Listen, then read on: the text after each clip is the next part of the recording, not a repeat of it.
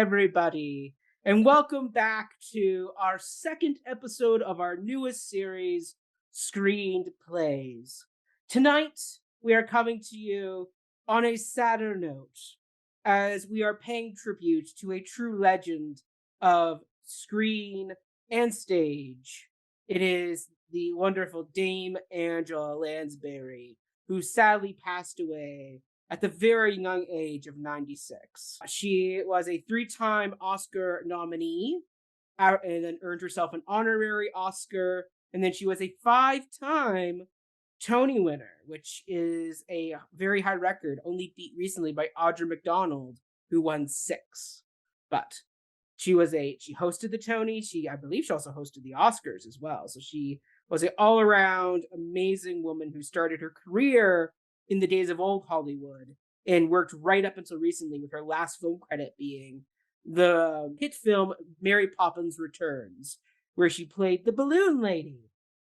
So there you go. And so to honor her, we are going back to a film that Jill found and suggested, and it is the 1944 film Gaslight, which was Angela Lansbury's first film credit, and it earned her an Oscar nomination as well at the age of 17. So came right out of the gate hot.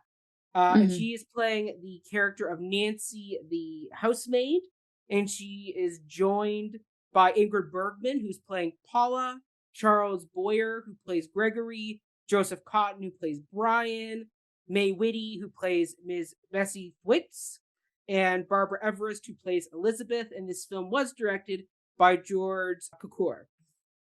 So doing this panel with me, we have our returning faces from our Tragedy of Macbeth panel, because we had so much fun the first time. We were like, we all got to come back for another round. So sure enough, we will reintroduce the lovely faces. First off, we have our wonderful guest, Jamie. Jamie, welcome back. Thank you so much for being here. Thanks for having me. Excited about this. Yes. Tell us a little bit what is in your cup, as well as what was the first film you remember seeing Angela Lansbury in? And do you have a favorite Angela Lansbury performance or film? Because you did both stage and film, so you can choose either way. Okay. Yeah. So first off, when I'm drinking, I've got a little bit of bamboo rum, which I'm sipping lightly. Good stuff. I recommend it. Nice. And good after a long day of work. And then, definitely Bedknobs and Broomsticks for me. That's number one. Childhood favorite. Still is one of my favorite movies. I love Mary Poppins, but I think that movie gives Mary Poppins a bit of a run for its money. It's a bit different, obviously. I know people compare it. And I'd say, I think that is probably my favorite performance of her. Wonderful. And then joining us as well as our associate producer, Ms. Jillian Robinson. Hello, Jill. Welcome back. Hello, Mac. Thanks so much. What is your ensemble today? What is in your cup? And what was your first experience with Angela Lansbury? And do you have a favorite performance of hers? Sure. So my ensemble, I guess, kind of by default, this is what I was wearing throughout the day, but I was like, I feel like this works. I just have on, white, kind of like gray long sleeve shirt, plainish. But then I have like kind of a rehearsal black skirt, maxi skirt thing going on. So I'm like, nice. I guess I'm kind of modern hipster Nancy Bounding with her maid look. And I also have these earrings that are little clocks. So like the pocket watch. Love it. That mysteriously goes missing, but not, because Gregory's a jerk. We'll get into it. And in my cup, so I'm sipping Earl Grey tea. Helps to be a bit cozy for this recording. And I have my Bell mug to pay homage to the first, I think I can confidently say, the first instance of Angela Lansbury for me was Mrs. Potts in Beauty and the Beast. But the reason why I'm saying I think that's the first instance is because when I was 4, I used to go to my grandparents' house on the days I wasn't in kindergarten.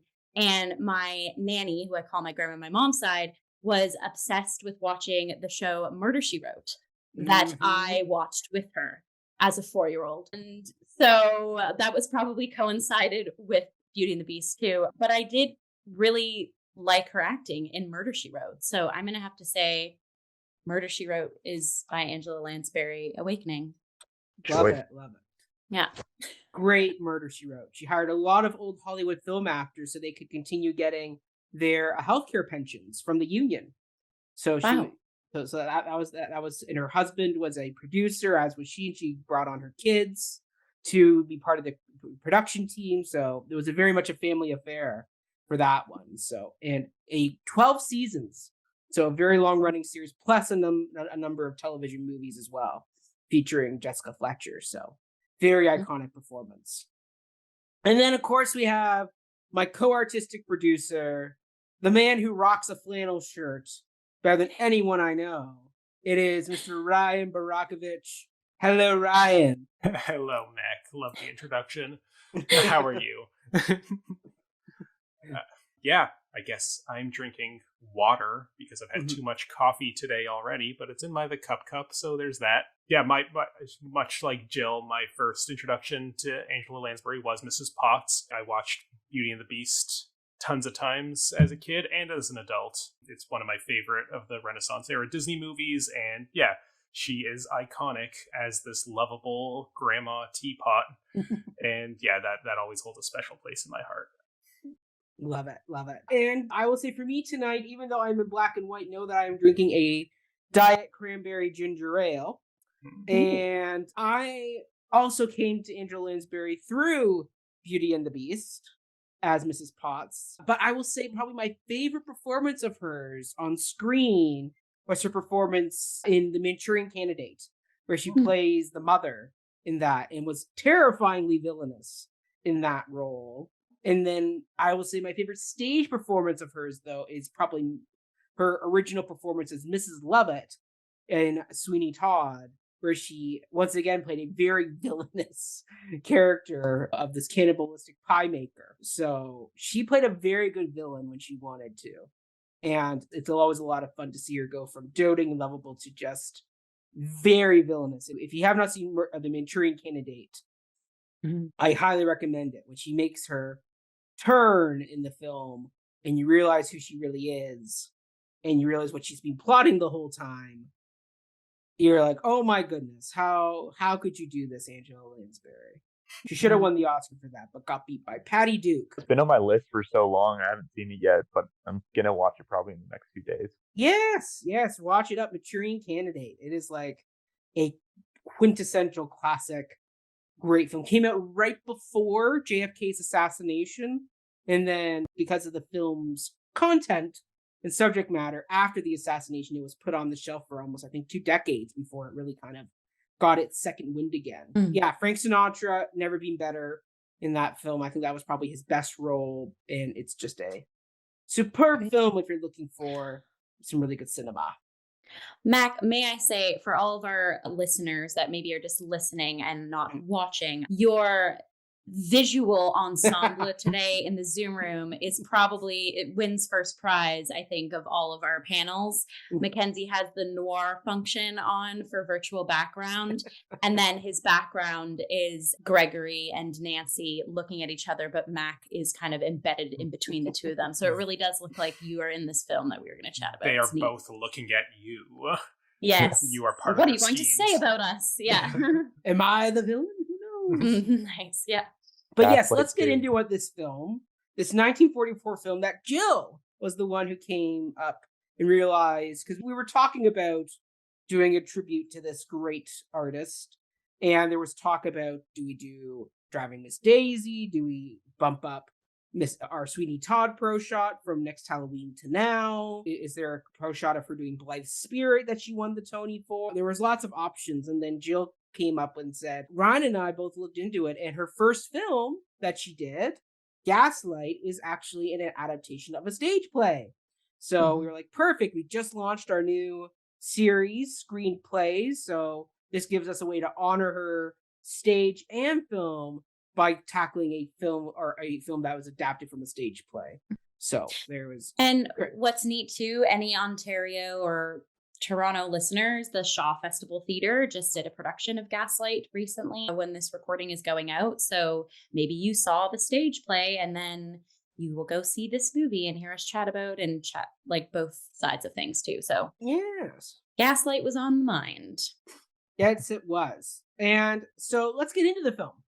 So, what are our overall thoughts or general impressions of the film? Jamie, as our film aficionado, as it were, someone who's got more film knowledge than even I don't know about that. I would say so. I'm pretty sure you probably could beat me in film trivia. But what were your thoughts on this film? Because this was one we kind of pitched to you and said, we'd love for you to come back after your star turn in Tragedy of Macbeth panel. And we said, do you want to come back for this one? And you kind of, I don't know if you'd ever seen the film before, I but what were your hadn't. general thoughts on it? Yeah, this is one of them that has been on my radar for a little bit.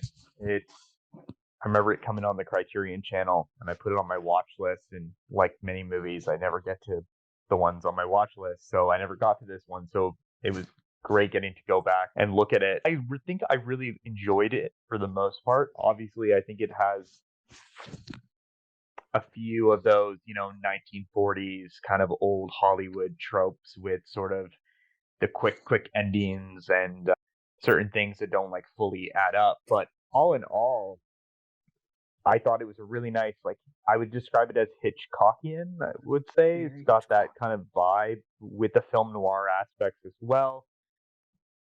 Ingrid Bergman was fantastic in the lead. I really liked her husband. He's such... Are we allowed to swear on this? Yeah. You get allowed one per episode. Such a piece of shit. PG-13 rules. Yeah. Yep. Total bad. All the performances were really great. And sometimes, with the old films, sometimes the performances don't always vibe with me necessarily, but I thought the whole cast was really good. I thought Angela Lansbury brought a lot of comedic timing to the piece. She did a lot as a supporting role to kind of add the comedic elements into it. Love the noir aspects. The camera work was fantastic. I love the old foggy looking London. It kind of gave me, it was like Mary Poppins, but like R-rated Mary Poppins, if that makes sense. Like it gave me that whole like chimney sweep vibe. Mm-hmm. But in terms of what the film did, I think socially and said about how people treat each other, I think they did a brilliant job with that, because I was angry the whole time. I was really mad at the husband. I was rooting for her to win. I think I would have liked a little bit more development of the side characters. Yeah. But overall, I think it was a very well written, well directed, well acted piece of entertainment from the 40s that maybe I would have liked a few tweaks on the ending, or I felt the ending was really rushed, but it kept me entertained the whole time. I think it was 2 hours. Yeah, about that. Just over 2 hours. Yeah, I was never bored the entire time at all. I was never bored. It flowed nicely. It was, like I said, it was well directed. The camera shots were beautiful. Some of the staging was fantastic. There's this one, if I'm going on too long, cut me off, but there was this great shot that stands out to me in the film where her and her husband, sorry, was it George? His name is George? Gregory. Sorry, yes, Gregory. Gregory. So they come up the stairs and there's this wide shot, and they're standing at the door, and I believe he goes inside and she stays outside. And then he comes back, but it's just their silhouettes. Yes. And then she goes back in and they're apart the entire shot. Like they're separated by this door. And for a film from 1940s, I was like, that's kind of like what like Edward Yang does, like a director from Taipei. Like he does a lot of stuff where a character will be off screen talking to another character. So I found, weirdly, I saw some film techniques that were done by a lot of foreign films. And I thought that was really cool for this. Wow, this is different than a lot of Hollywood stuff I've seen. But yeah, so overall, I thought it was really good, despite a few little issues with the ending. Yeah. Love that. And we're definitely going to get more into the ending in Angela Lansbury's performance for sure. Jill, I saw you nodding along a lot with what Jamie was saying, so I have a feeling you may be simpatico here. Yeah, I was like, Jamie is reading my mind because these are all my comments too. No, I had never seen this film until it was put on our radar. I'm also not super familiar with Hitchcock films. I feel like I would really like them, and now the door is open to kind of delve into the noir like section of cinema. So because I felt the whole time I was kind of gobsmacked of like, oh my gosh, this film was made in the 40s, because like Jamie has already brought up, a lot of the shots were super clever. Like I got so excited when you mentioned the silhouette moment, because I was like, oh, that's so great. We'll get into this as we go too, but I loved the presence of light and light fixtures not just Gaslight, but just the lighting choices and sort of whose face, we'll get into that later, but I'm already answering other questions. But lighting was awesome. Set dress was really augmented the piece too. And what Jamie said too about this piece kind of being a staple, well, now today, the term gaslighting, again, sort of ahead of its time, in my opinion, of kind of bringing that opinion to the cinemas during that time. Yeah, and I agree. It's sometimes a hard pill for me to swallow, the acting back in that day, because it's, you know, a little melodramatic, or the cadences are all the same, or just the choices of cadence are, what are you saying with that line? But I think overall, the banter between all of our supporting and protagonists, just like Jamie, I was on the edge of my seat of how is this character going to act in this scene versus that scene, and I was thoroughly intrigued the whole time. So like, I really, really like this film. I think this film, for me, probably is like in top 20 of my like fave watches. Yeah. I just think there's a lot to talk about and a lot to unpack. And I love when films do that. So yeah. Love that. Great. Jill, top 20. Wow. That is a high mark to making it into the top 20 films. So well done. Gaslight, well done. My personal top 20, but yeah. Ryan, what are your thoughts on this piece? Yeah, like, I don't know how much more there is to add, obviously. Like, yeah, I liked it.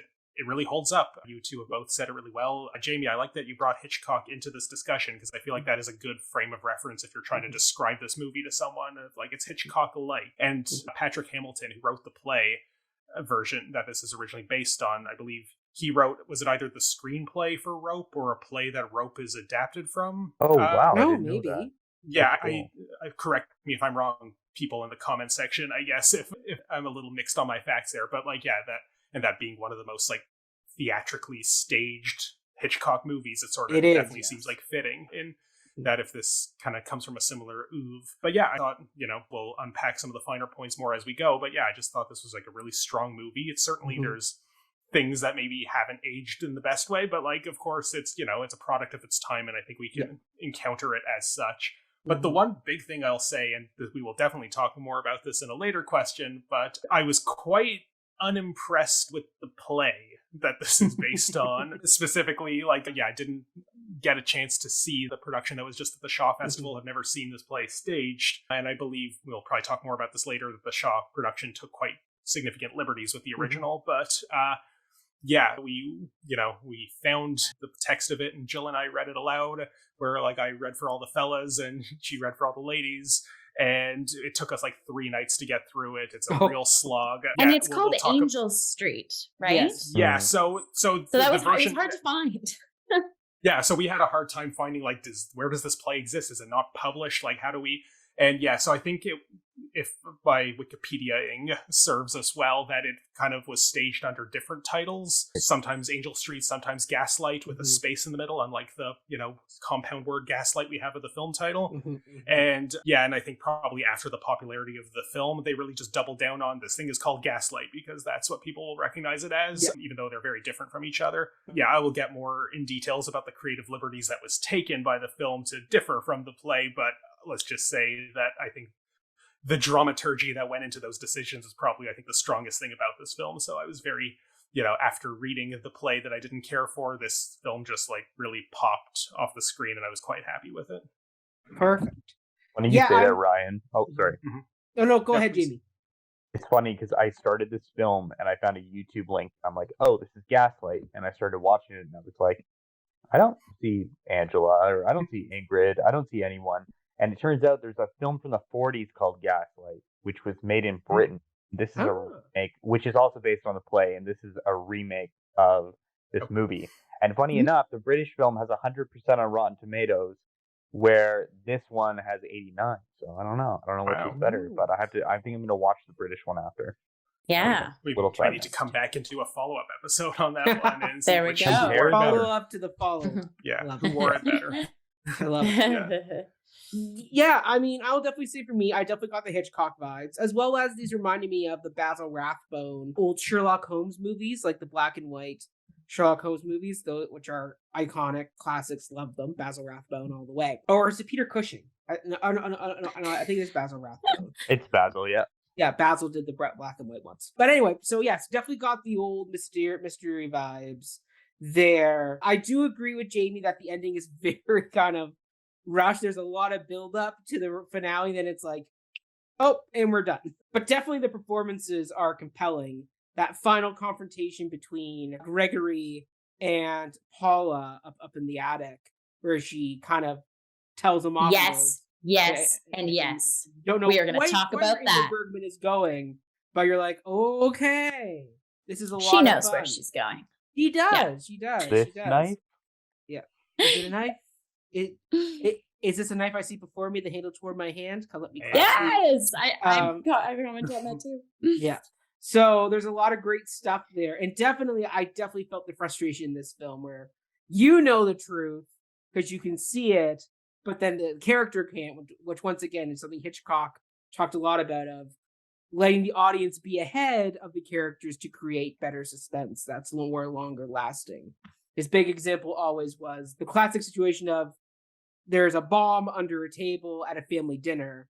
The filmmaker's choice is, do you show the bomb that shows 10 minutes and then you're seeing the whole dinner scene waiting for the bomb to go off, or do you surprise, or do you go from the character perspective of you don't know the bomb's under the table until it actually goes off and you get that sudden shock of the bomb going off, or do you let it simmer and the anticipation builds? Surprise versus suspense. Exactly. And definitely the film made the very wise choice of letting the audience know that what Gregory was doing was not right, and that he clearly was gaslighting her, for better use of a term. And so the audience really got to kind of feel the frustration and just build throughout the piece as you're urging Ingrid Bergman to win the day. You definitely had a more sense of the palpable madness that is being driven by the audience, who know the truth, but can't do anything to stop the events from taking place the way they happen. You have to kind of wait for Ingrid Bergman to catch up. Or not even her, really. It's the character of Brian, the detective, who ultimately catches up and figures it all out. But yeah, there's a lot of that. I also got a lot of, I think it's Rebecca as well, with the whole portrait of the woman over the mantle. Very gothic. Very gothic. This is very kind of classic noir gothic film. So definitely you're getting all the vibes of this piece. And yeah, I mean, we'll get more to Angela Lansbury, so I won't dive deeper into my comments on her just yet. But I definitely will say this was a film I hadn't seen yet. It was one of the ones I kept hearing about because it's her first nomination. And so this was definitely always brought up in the obituaries that were being talked about online. So definitely made the list. And then once you watch it, you go, okay. All right. There we go. This is the film. So yeah, but let's dive more into Angela Lansbury, because as we said, this is a whole episode is a dedication to her life and career. And we are doing this through the channel of talking about her performance as Nancy in this film, which is her feature film debut at age 17. So what were our thoughts on her performance in this role? Jill, I will let you start this one. I was obsessed. I think to me, she was the most nuanced character on our screen. Like, I mean, first of all, with Angela Lansbury, she has those like giant, beautiful dove eyes, right? And everything that she's in, like you can unpack her character just by looking at her eyes. And I think in this movie, she used that to her advantage. And the fact that this is her first movie, I'm like, wow, like there's your demo reel, girl. You're going to be making movies. Yeah, she had like that sultry kind of like sneaky rebellious edge, but then also the position she's in and being the maid, she knew her place and in like the system of the house. And then, so it was this sort of like I said, rebellious flair mixed with, fold the linens, dot your I's, cross your T's, go about the day to day. And it was never one way or another. Like every scene, she kind of mixed in both.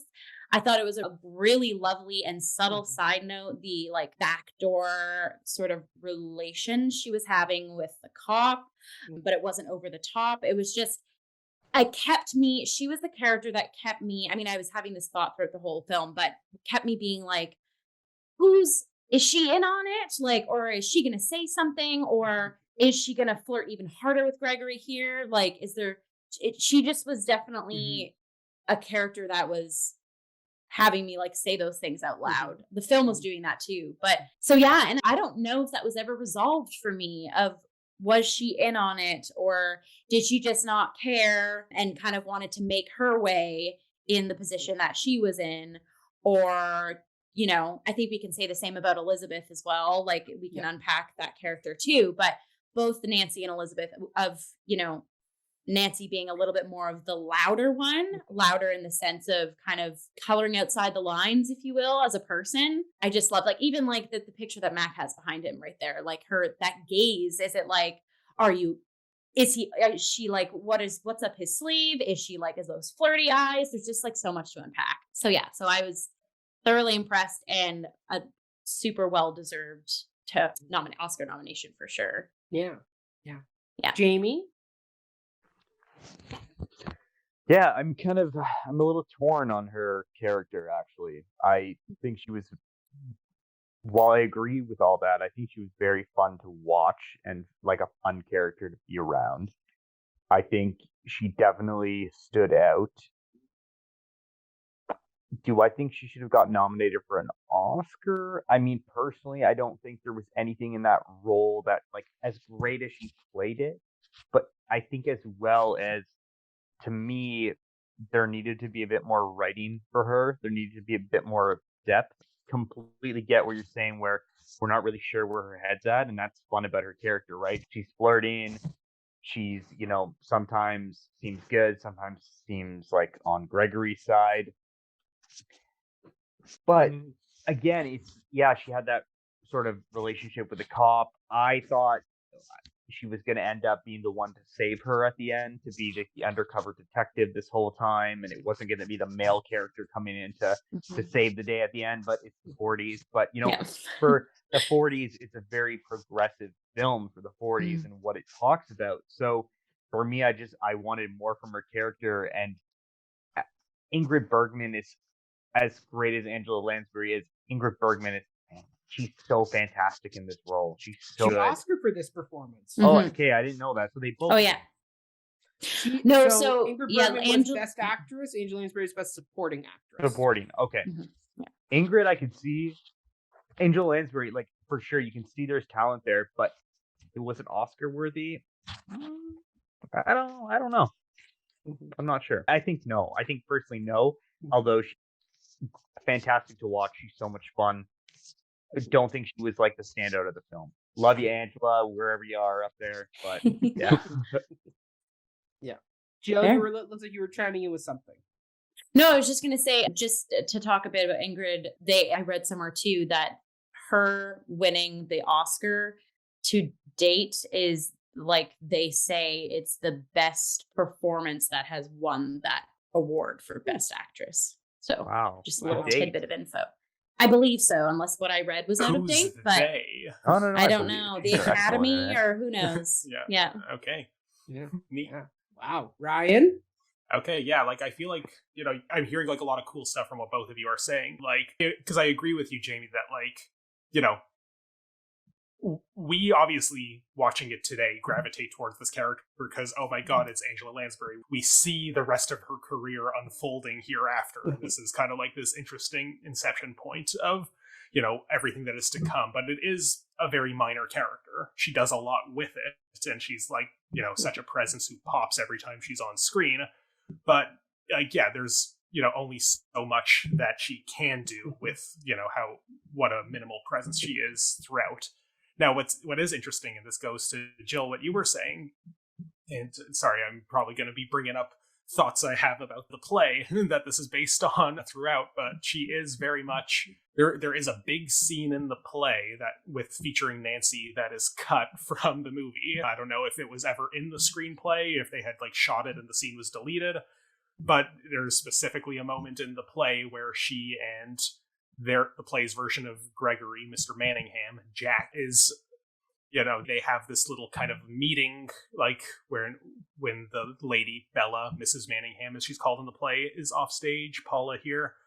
And Nancy's basically like, I see what you're doing. I'm super into it. And they like passionately kiss. And she's like, I will, when you eventually dispose of your wife in the asylum, I will basically step into her shoes and I'll be your lady because like you and me were the same. Like, and paraphrasing obviously, but yes. But so like I felt, it was an interesting choice to remove that because that gives a concrete answer to the thing that Jill, you were talking about of, do we, think she's on Team Gregory? Is she very much a part of it? When she says things that make Paula feel like she's losing her mind, is it because she's been colluding with Gregory, or is she just like, stirring the pot because it's fun for her? Either works, but it's just really interesting kind of without that concrete scene that does give a definitive answer on that. We are left with only question marks. And while that scene, I think, would have been part of her for your consideration package, had it been in there to definitely put forward, though, why this young up-and-comer, who is just wild to me to think that she was only 17 at the time. Like, I guess people had older faces just in back then. Like, she might have been 19. She was 17. The character's 19. The character's 19. Oh, wow. Okay. Like, I don't know. I see pictures of my grandparents when they were like, at their wedding, and like they look exactly like how I knew them as like old people. Like, I think faces have just changed Angela over the past century. Played older. That was kind of her shtick in Hollywood, was that when she did Manchurian Candidate, I think she was only 5 years older than Frank Sinatra in that film, like in real life, but she played much older in the film. She was known for being this younger character actress who could age up into these older women's parts. So maybe I have to give her a bit more credit then for this role, because 17, that's impressive. That is a child. And to have that much nuance and like cooking behind eyeballs of playing that and that, I'm like, I don't know if I could do that. I feel like we tend to think of most of the iconic roles are her as like a more senior actress, like whether it's like actually like an old lady or even like kind of slightly north of middle-aged Jessica Fletcher. Like we have this idea of like the elder dame as part of her persona. So seeing the beginning of her career, this, minxly young lady who conveys everything through attitude. And even if she doesn't ultimately add up to a big part of the plot, she still captivates our attention every time she's on screen. I think there's something worth praising there. I think this would have been one of those roles, how when like an up and coming actor in like a repertory company or whatever, and they're cast as like a soldier or a guard. If a friend of mine, Ron Roman Melendez, if you're listening to this, you have a story like this where he was cast as that. And then he was just like so captivating and so charismatic that they had to cast him as like a supporting or a lead because he just like took away too much attention from like what else was going on. And I don't think Angela does this in this movie, but I could see, producers, directors being like, okay, she's got too much going on to just put her on the side. We need to write her more stuff. Because I agree with you, Jamie. Like I would have loved to see more of a backstory written for her, but for the little that she had, like, holy moly, playing that in facial gestures. And sorry, Ryan, just to comment too, I kind of forgot that gnarly scene from the play that the play makes was us a slog. definitely I don't know. blame you. Well, and it makes us definitely know who Nancy is in that story. And the fact that it's omitted for this movie, I think it also plays into like the power that Ingrid's Paula is given at the end, right? Because you don't know that the other women are in on it or not. But I remember reading the play and being like, what is this saying about girl power here? Why is Nancy just being this? Why do we need this vixen character who is kind of, hungry to deface? What's Mrs. Manningham's name in the play again, Ryan? Bella. Bella, yeah. Anyways, a bit of a tangent spiral there, but Mac, what are your thoughts about our game in question? So, once again, just in awe of somebody who is literally 17 coming into this role. When I did read the play and that scene does come up, I was like, okay, a piece falls in, because throughout the whole film, the minute she's on screen, I always felt that she was going to be revealed as the partner to him, that she was kind of his other half who's being brought in to kind of finish off the ruse and kind of help drive Paula into the asylum. And if you watch the film closely, when they call for the cop outside after they've caught Gregory, Angela Lansbury is shown with her mouth open saying something, but her audio is being cut. So I wonder if there was more to her character that just made it to the cutting room floor, because back then, 2-hour films either kind of went for the Lawrence of Arabia 3-hour extravaganza, or more in the 40s because of how much cellophane, or whatever. No, not celluloid. Celluloid. Thank you. Celluloid was costing during the war. They may probably cut stuff out just to keep the cost low. But I feel there was so much more with this character, because just the side eyes and just the looks that Angela Lansbury gives. I mean, that first scene where Ingrid Bergman's Paula comes down the stairs and meets her, and just the way Angela Lansbury looks up at her, there is just so much in those eyes that just say, I'm going to get you. And the fear that Ingrid Bergman has of this character, that she does not like Nancy at all. And there is a tension between the two of those characters that just never quite paid off. And for me, that always kind of left me a bit frustrated, because I'm like, I feel there's more you could do. Like, either set her up to kind of distract the detective that's sniffing around, like maybe have her be part of the plot more. The constable was set up to distract her, to keep her out of the house so he could do his investigation. Like, there is a recognition that her presence in this house imperils this investigation. He was like wanting more of her, just because I felt there was more for that character to give, and I could have a lot more fun with the Nancy character should there be a remake done. I like the idea, Mac, of just augmenting Nancy a different way, or make her more involved in the plot. Something choices. There's enough for that character. There's enough meat to be given that I'm like, I wanted more. And I mean, I know there's probably also me transposing what we know of Angela Lansbury into this younger vessel of her, where it's like, I know you can do more if you're given the scenes to play. Yeah. But clearly they didn't give you those scenes, or those scenes ended up on the cutting room floor. Because maybe there was an adaptation of the infamous kiss scene that just never made the final cut. Who knows? When I looked at production history, there was no shooting script I could find other than like an actual literal transcript, like no 1940s scanned copy of the screenplay to see what potentially was there. Listen, either way, we'll do the Life of Nancy short film. Jamie will start cooking it up. We'll get it out there. Ryan, you can write the screenplay. Sure. But yeah, I think the film, whether intentional or not, does something really interesting by pitting gender dynamics against class dynamics, where these people feel like they should be natural allies, but there is this kind of class-based tension between them that Nancy very much, has this chip on her shoulder because she recognizes that the upper class looks down on her. And there's this very interesting scene in the middle where Gregory says, like, you must call the servants. That's what we're paying them for. And Paula's like, I don't want to bother them with little trifles. And like, no, you have to. And he gaslights her into dehumanizing their servants, the lower class folks. And as a result, when Nancy comes into that scene, she's like, well, fine. Like, if you're just going to have me do these like, little trifles that you could easily do yourselves, screw you. Like, I don't like you. And Paula really had no intention of. So, like, it's interesting. The ramifications of patriarchy. It's interesting, eh?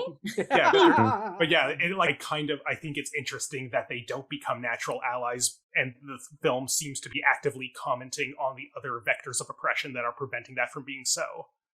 I think also, just because this is topical, piggybacking off of you, Ryan, sprinkling in just subtly Elizabeth too, and how she is like swinging the other pendulum to like the older generation. Yeah. She's the more aloof kind of just sticks to tradition. And I mean, we see her at the end. We could talk about her later too, but like there is it's very smart to have the three women of the house be of all different sort of generational and class tiers, basically, right? Like, I guess more Elizabeth and Nancy are the same, would I guess be the same level of class, but still and different generations though, so different perspectives. But so different generations, like, because I feel like, we are supposed to receive Nancy as this like modern, emancipated, maybe too emancipated for her own good kind of woman. Like, who's like, flirting with the constable, like in the alley, like, ooh, you'll never find a husband that way. Whereas Elizabeth very much is this old guard, I am a poor woman and this is my lot in life. Why would I ever question that?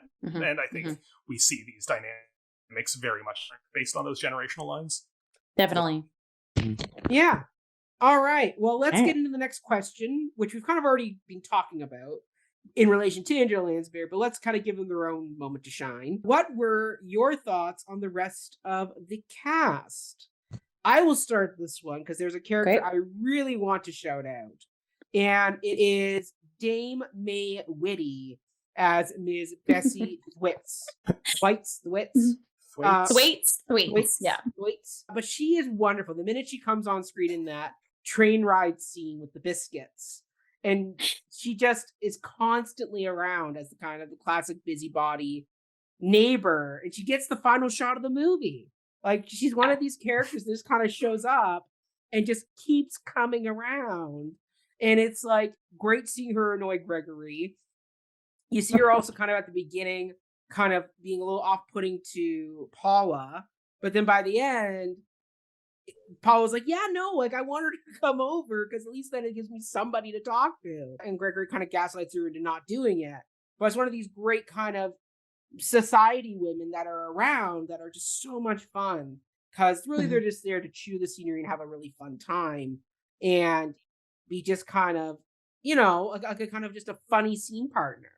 And I think, as Dame May Whitty, she was just a great character actress who kind of knew the part and kind of just owned it, and just kind of whatever scene she was in, she just kind of yipped away, kind of just chatterboxing. But it's just totally weird because sometimes those characters can be really annoying, and it's like, why do you keep showing up in this movie? Like, this feels like such an old Hollywood trope that just keeps coming back. This is old Hollywood. even now that character still comes back of the annoying neighbor, but she never got annoyed. If anything, I kept rooting for her to get into the house because that was her goal. The whole movie is get into the house and see the house, and you're wanting her to get in because you want her to help Paula, and so you're rooting for her to get in when really this neighbor could really be seen as a kind of a bit of an annoying nuisance. I thought she was I really want to killed. try the biscuits that she had. Oh my gosh. That, Jamie said he thought she was going to get killed. Yeah, I could see that. I definitely could see it. She was like very nosy, and that tends to lead to trouble in these kinds of movies. But I agree about the definitely biscuits. Done the Jack Klugman Psycho situation where Yeah. she gets in on her own. She goes upstairs, finds Gregory in the attic, and he locks her in a trunk. My heart would have broken in two. Beats her with a poker. I don't know. Does something to her to get her out of the way when she. Which, I mean, that definitely could have been an option if they wanted to really up the menace of Gregory, and then the whole thing of Paula doing the, I thought I heard something up in the attic. You were hearing things, my dear. Yes. Like, they definitely, once again, if you were to remake it today, I actually may put up Ms. Bessie as a like sacrificial lamb just to really Let's do it. No, it's like when Lassie passes away. You're like, no. But we have to kill her off, and I'm telling you, I'm all jokes aside here. The Joseph Cotton character developed some sort of bond with her as well, the detective, right? So maybe there could be some like unsaid backstory that he reminds her of his like mom or grandma, and then she gets killed, and that's even more reason for him to be like, Gregory's a bad guy, I gotta take him out. Yeah.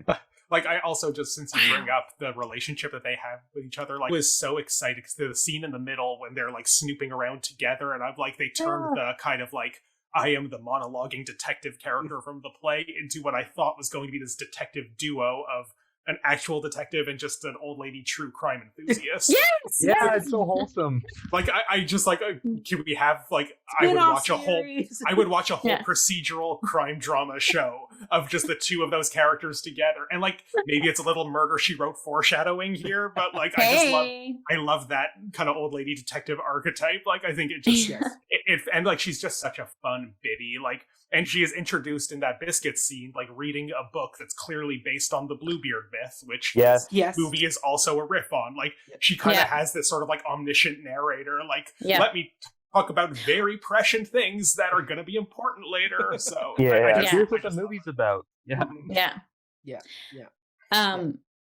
Can I Yeah, piggyback piggyback. off you, Matt? Because I think cat's out of the bag. She was one of my shout outs too, as probably reading the room. We all enjoyed her. Yeah, I literally wrote in my notes, I want to be here when I grow up.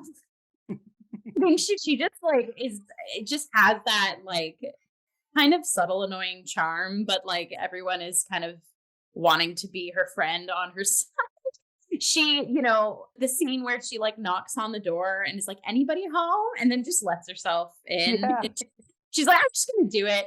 Again, yeah, I was like, this is like Ryan just said, like a true crime enthusiast or one of those like true crime podcasts. I feel like if this was like modern, Murders in the Building. She would know. Yeah, she would know every single episode of every single murder podcast there is out there, and it just added that like the whole movie. I'm like sitting on the edge of my seat of like what's happening, and oh, that lighting choice was really cool. Is that foreshadowing to something? Oh, look at that shadow. Blah, blah, blah. And then you have her come in every once in a while, and it's just like a breath. Like I could take a breath because I'm like, she's just gonna be the connective, funny humor tissue to the rest of the plot. And I was so happy that she got that final word. I thought, again, that was such a clever way to end. That was, again, I was like gobsmacked. This is a funny way of ending this movie in the 40s. Like, it's clever. Yeah, there was something else I was going to say. It is past my mind, but I'll probably popcorn to Ryan because I know you probably have more thoughts. If anyone else wants to join the kind of Bessie. Oh, I guess the last thing I'll say about her is because her name is Bessie, which is a derivative of Elizabeth. When we meet her before we meet actual Elizabeth and knowing the play and knowing that there is an Elizabeth character who is the older maid, I thought like, okay, is this our Elizabeth? Is this like, is she going to enter the house because she's so interested in this house in the pretext of being a maid so she could snoop around more? And then that didn't wind up happening and I was a little disappointed, but I just, that felt like a missed opportunity. So in our remake that we're clearly storyboarding here, maybe that could be. I'm waiting for Jamie to direct it. This could be a big claim to the Oscars. I'd be scared to direct. I would love to. I'm just scared to direct. Like this film is so good. I don't know if we could remake it as good as that. But if we add all these great ideas in, we can make our own version. Yeah, just pull out Gus Van Sant and do a shot-for-shot remake and just be like, there, I did it. Yeah. I remembered what I was going to say really quickly. I mean, it's kind of just a silly comment, but this character kind of reminds me of if this was like a video game, like this is the person we would follow or like we would be in the video game. Like to me, she was also like an audience guide or like that liaison between plot and audience. Cause she didn't really, because it's like film noir and like so suspenseful, she didn't feel like she was fully embedded in that sort of pattern that the film was like. She kind of always kind of seemed like an outsider in genre and in plot, so that was just like a really good kind of like an audience liaison video game follower. I don't know if I'm making sense, but I agree completely. So Ryan, who was your cast shout out? And if it's not Bessie, well, Bessie definitely was a shout out, but like at the end of the day, you got to give it to Ingrid Bergman. This is her show, She kills it. She's amazing in this. I feel like it's tough to say greatest best actress winner of all time because how do you even compare like so many different performances? But like I can understand why the mysterious they who made that ruling would see that like just like this is an extraordinary performance. She has to carry this entire piece. Like not everyone else is doing their greatest like in their supporting roles, but this is her. Yeah, it's her show. It's her struggle that we're following throughout it. And like, it's, Casablanca is obviously like a big frame of reference. I think a lot of people have for her as like her, huge film role. Like a role of hers that I hold like very close in my heart is Autumn Sonata, where she teamed up with her, kindred, Ingmar Bergman. Two Bergmans get together to make a movie. And like, but I think this is just such an interesting like pivot point in her like career post Casablanca, but before she gets to be playing like the older ladies herself, that like, the maturity that she brings to it, but also genuinely believing that she's losing her mind. Like obviously we're doing this episode to big shout out Angela Lansbury. We miss her, but like in any other context, if we were just talking about this movie, she would be the one who would have gotten her own isolated question of what did you think about the lead? So I feel like she has to get my shout out here. Yeah. Love that. Jamie? I would say the same. And I believe after this, she left Hollywood and she went to do movies with Rossellini in Italy. And they made all those like neorealist films, which are fantastic. Uh, Ingrid Bergman, I just think is one of the most fascinating actresses Absolutely. in Hollywood. And, I think it's because she was a free spirit. And I remember reading a lot about her. I got this box set on with her and Rossellini and all the movies they made together. And she ended up, her and her husband had this sort of relationship where he kind of knew she was having affairs with other people, and she was open. They were open about their relationship. And any historians out there, correct me if I'm wrong. I read this in the essay booklets in the Blu-ray, but Hollywood had this idea of her as this like perfect woman who never stepped out of line or did anything wrong. She was like the household name. And then they found out she had this affair with Rossellini, and they were just like destroyed by it. Like, who are you? How dare you? Like, we don't like you anymore. And like, she was just like completely destroyed and like kind of outcasted by Hollywood. And it's weird seeing this movie with the patriarchy, kind of like her against the patriarchy, and then seeing what happened with her in Hollywood. And just, I have such respect for who she is as a human being. I find her so fascinating as a person. And even like with roles, I'm writing this screenplay right now with a co-writer of mine named Kira Paul, and we're basing a lot of the character off of an old Hollywood actress like Ingrid Bergman, who went through all the horrible things she had to go through. But anyways, side note, done. But I love her. She's awesome, and I think she gave a terrific performance, and she's just such an icon. Yeah. Well, Jamie, we're going to let you start the next question, which is, what was your favorite production or design element of the film? It's the gothic aspects of the film. Just I can name a few things, but the beautiful black and white photography with the 4:3 aspect ratio. I'm a sucker for that old school stuff.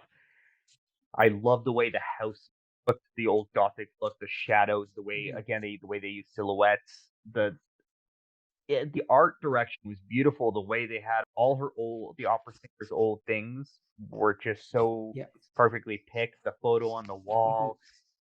Okay, I'm making a big list. I don't have one particular one. I liked it all, but I love the old foggy nature of London. The fog scenes were gorgeous. Now I'm getting all these ideas for remakes. We can do some really cool things with fog. But yeah, I think, the world felt real. It felt like it had a single style to the film. It felt like a world I wanted to be a part of. The costumes I liked everything. That's all I'll say.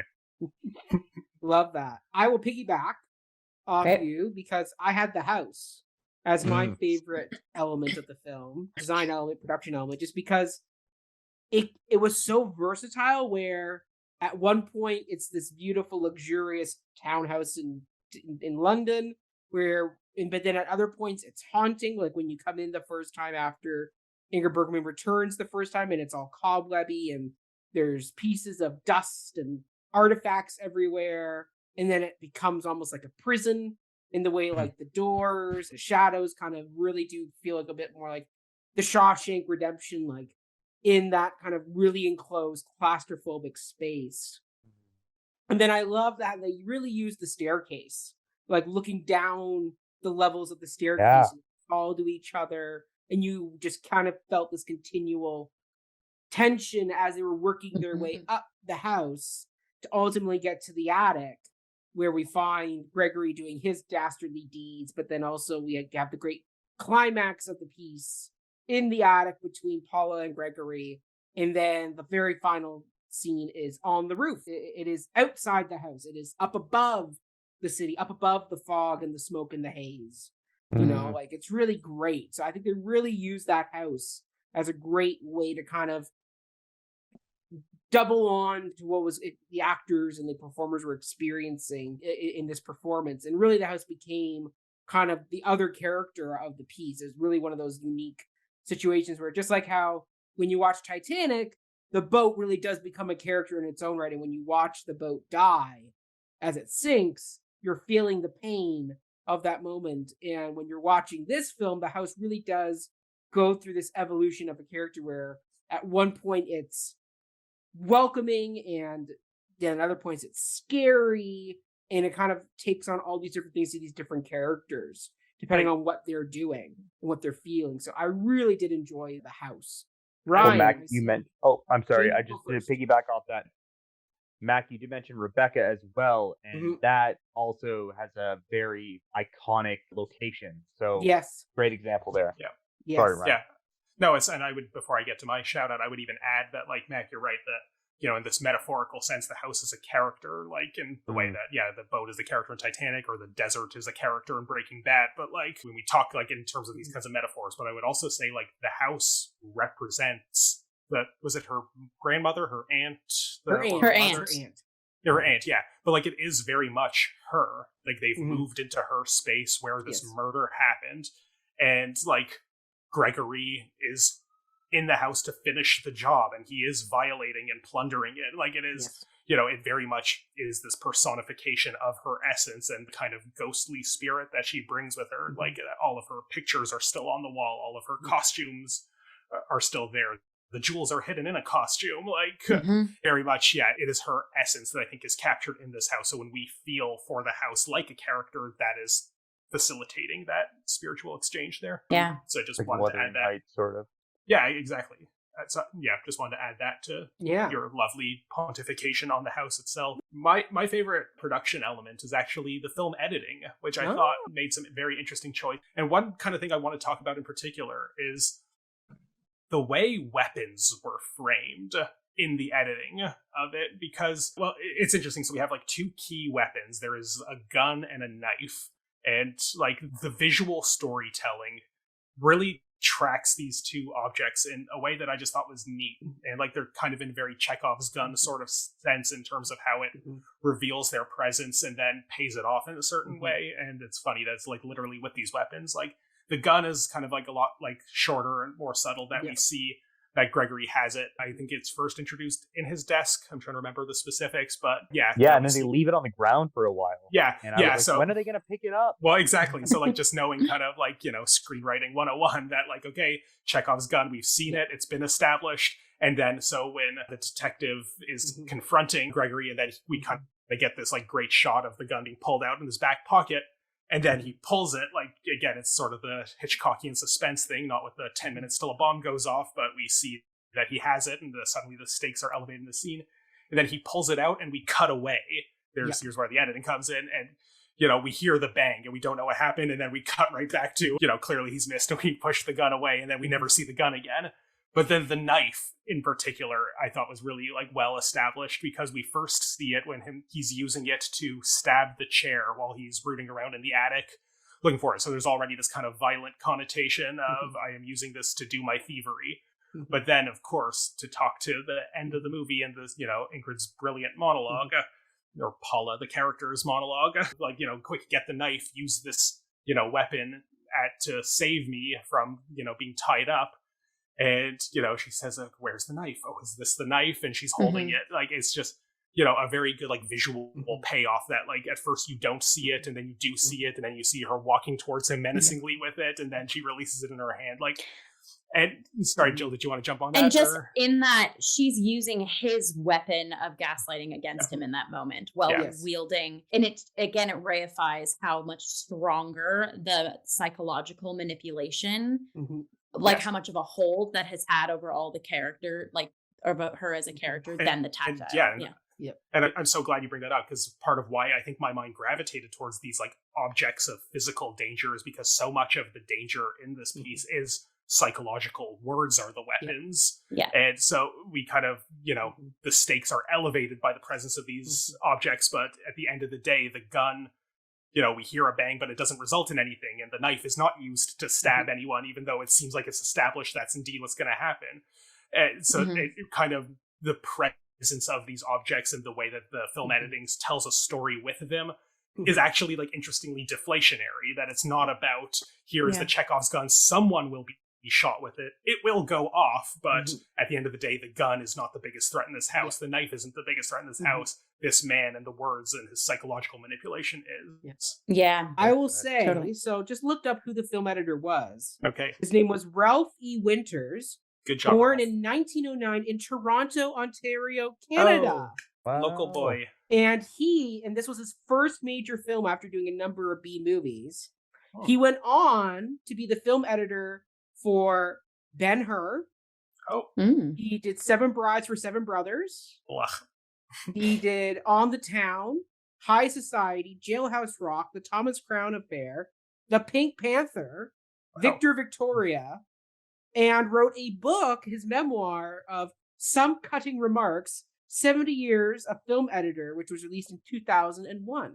I gotta buy this book. Yeah, we gotta check Yeah. that. Also, I love that the Pink Panther is on that eclectic list because, like, those like Peter Sellers like original movies are like so like the physical comedy is like a lot of it's staged very much like a play in that we just kind of like put the camera static on this one funny actor being Clouseau and just like doing these things. But I think the editing also does tell a lot of the story of why these things are funny. Yes. And like we're not doing a review of the Pink Panther here, and I'd have to watch. It's been a while since I've watched them, but like it's fun to just have that pop of comedy in this like very serious list. I was gonna say also well deserved. I love the Pink Panther. Peter Sellers.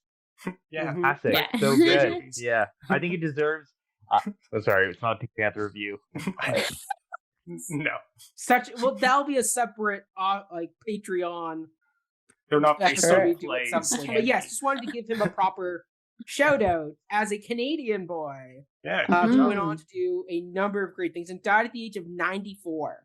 Good for him. Long, lovely career there. And I mean, just realizing some of the films he did, like, oh my goodness, some of the great Hollywood classics. Like Pink Panther. Pink Panther. I mean, he worked with Jailhouse Rock, right? Yeah, Jailhouse Rock with Elvis. Her. Like winning the Academy Award for Ben-Hur. Like that film, like that whole. I mean, the chariot scene alone would have earned him a Oscar for the way they did that. I mean, it's a outstanding bit of cinema history there. But yeah, well, I think so the anyway, director... shout out to Ralph E. Winters for editing. Jill, what is your what is your I mentioned it a little bit earlier. I'm gonna talk about lighting. I really liked the choices and presence of light in this piece, and to kind of unpack further the actual on-set gas lights. I liked that throughout the house, not all of them were the same. So like in her bedroom, there was kind of like a chandelier-esque bulby gaslight fixture. Then sometimes by the mantle, you had like, again, the bulby, but like protruding out of the wall. I just kind of liked that they were all playing the same role, but they were kind of different, just from like an aesthetic, detailed perspective. And then on top of that, I noticed when I kind of skimmed through, watched a second pass, the fixture in the attic and right outside the attic door do not have a covering on them. They are open flames. And to me, that kind of also the whole trope of like women being caged birds, right? Trapped in a cage. The idea that the gaslit torches throughout the house were like encased in some sort of fixture, but the ones that were Gregory's territory were open, wild flames of fire, which is dangerous, and just added again that subtle detail of, like wild open. But then it's when Paula walks out and we see that open flame again, that she has burst past these glass ceiling-esque features or fixtures rather, and she is the flame now, right? There's really that resurgence and that gain of power. Again, that's probably maybe a happy accident, but this is what my dramaturgical brain was like, yes. And then to talk on the way that the silhouette that Jamie brought up, I think there was some really lovely, subtle silhouette choices of character or of objects portraying a shadow or a glint or a glisten. Something that was really neat near the end when we're zoomed in on Gregory's face and he's recollecting his obsession of the jewels, the way the light is hitting his eyes, his eyeballs looked like jewels. Even when they're like out at the concert, they're in pan out shot, there were light fixtures. Like there was just like physical set pieces that were lights. In the foggy street, there was a gas lantern that's in that scene. And then the use of technique of light. Another, again, maybe happy accident, but maybe not. When the detective, Brian is our detective's name? Is that correct? Brian?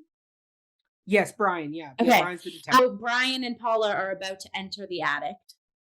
And like there's a shadow that's cast on the two of their faces, but like Brian is behind her and kind of has like shadow, but Paula is ahead of him. And like, as she walks through the threshold of the attic to build us up to that final monologue, it's like she's walking into the light. You see that, like, it's Brian is a shadowed sort of support system as she is bursting through that shadow and coming into the light. And I think that's a really lovely, we're crossing into this space now where she is going to gain back her space. And she actually does, again, shout out to the editing, a look to like the skylight. That's the last sort of thing when Gregory says, like, save me or you can get me out. And you know that she's not going to, but she looks up and she sees the skylight, which again has like a barred window-esque look to it. And again, there's so much I can unpack there, but it's like, that's her being like, no, I'm no longer falling for this. I have been trapped. There is light, there is way, and I'm going to plow through that, right? And again, that's all in the lighting. To kind of, just while I'm on the idea of bars too, that this isn't a lighting thing, but it's again like a dramaturgical unpacking thing. When Gregory and Paula go to the London Tower, that was such an interesting scene to me because the exhibit announcer is unpacking like these torture weapons or this torture chamber. Yeah. And I thought that was such a clever background sort of monologue happening because we know our protagonist is literally living that every day. And to have them walking and looking at the exhibit, but behind those bars, again, it's just the use of set dressing and lighting, I guess, to surface all of the stuff that's going on underneath. So I guess that's kind of like lighting is the main one, but I think the set dressing and props, like we've kind of already unpacked via the house, really allowed there to be so much more to flourish and playground around the actors, which I've said this on so many panels, like when the set, the props, the costumings all play a role as well, a piece for me is like tenfold better than it could be by just the actors, right? And I think there was a lot of attention to detail in those, with the production elements in this piece, and no pun intended, props all around. Props. That's the end of my TED Talk. Back to you, Mac.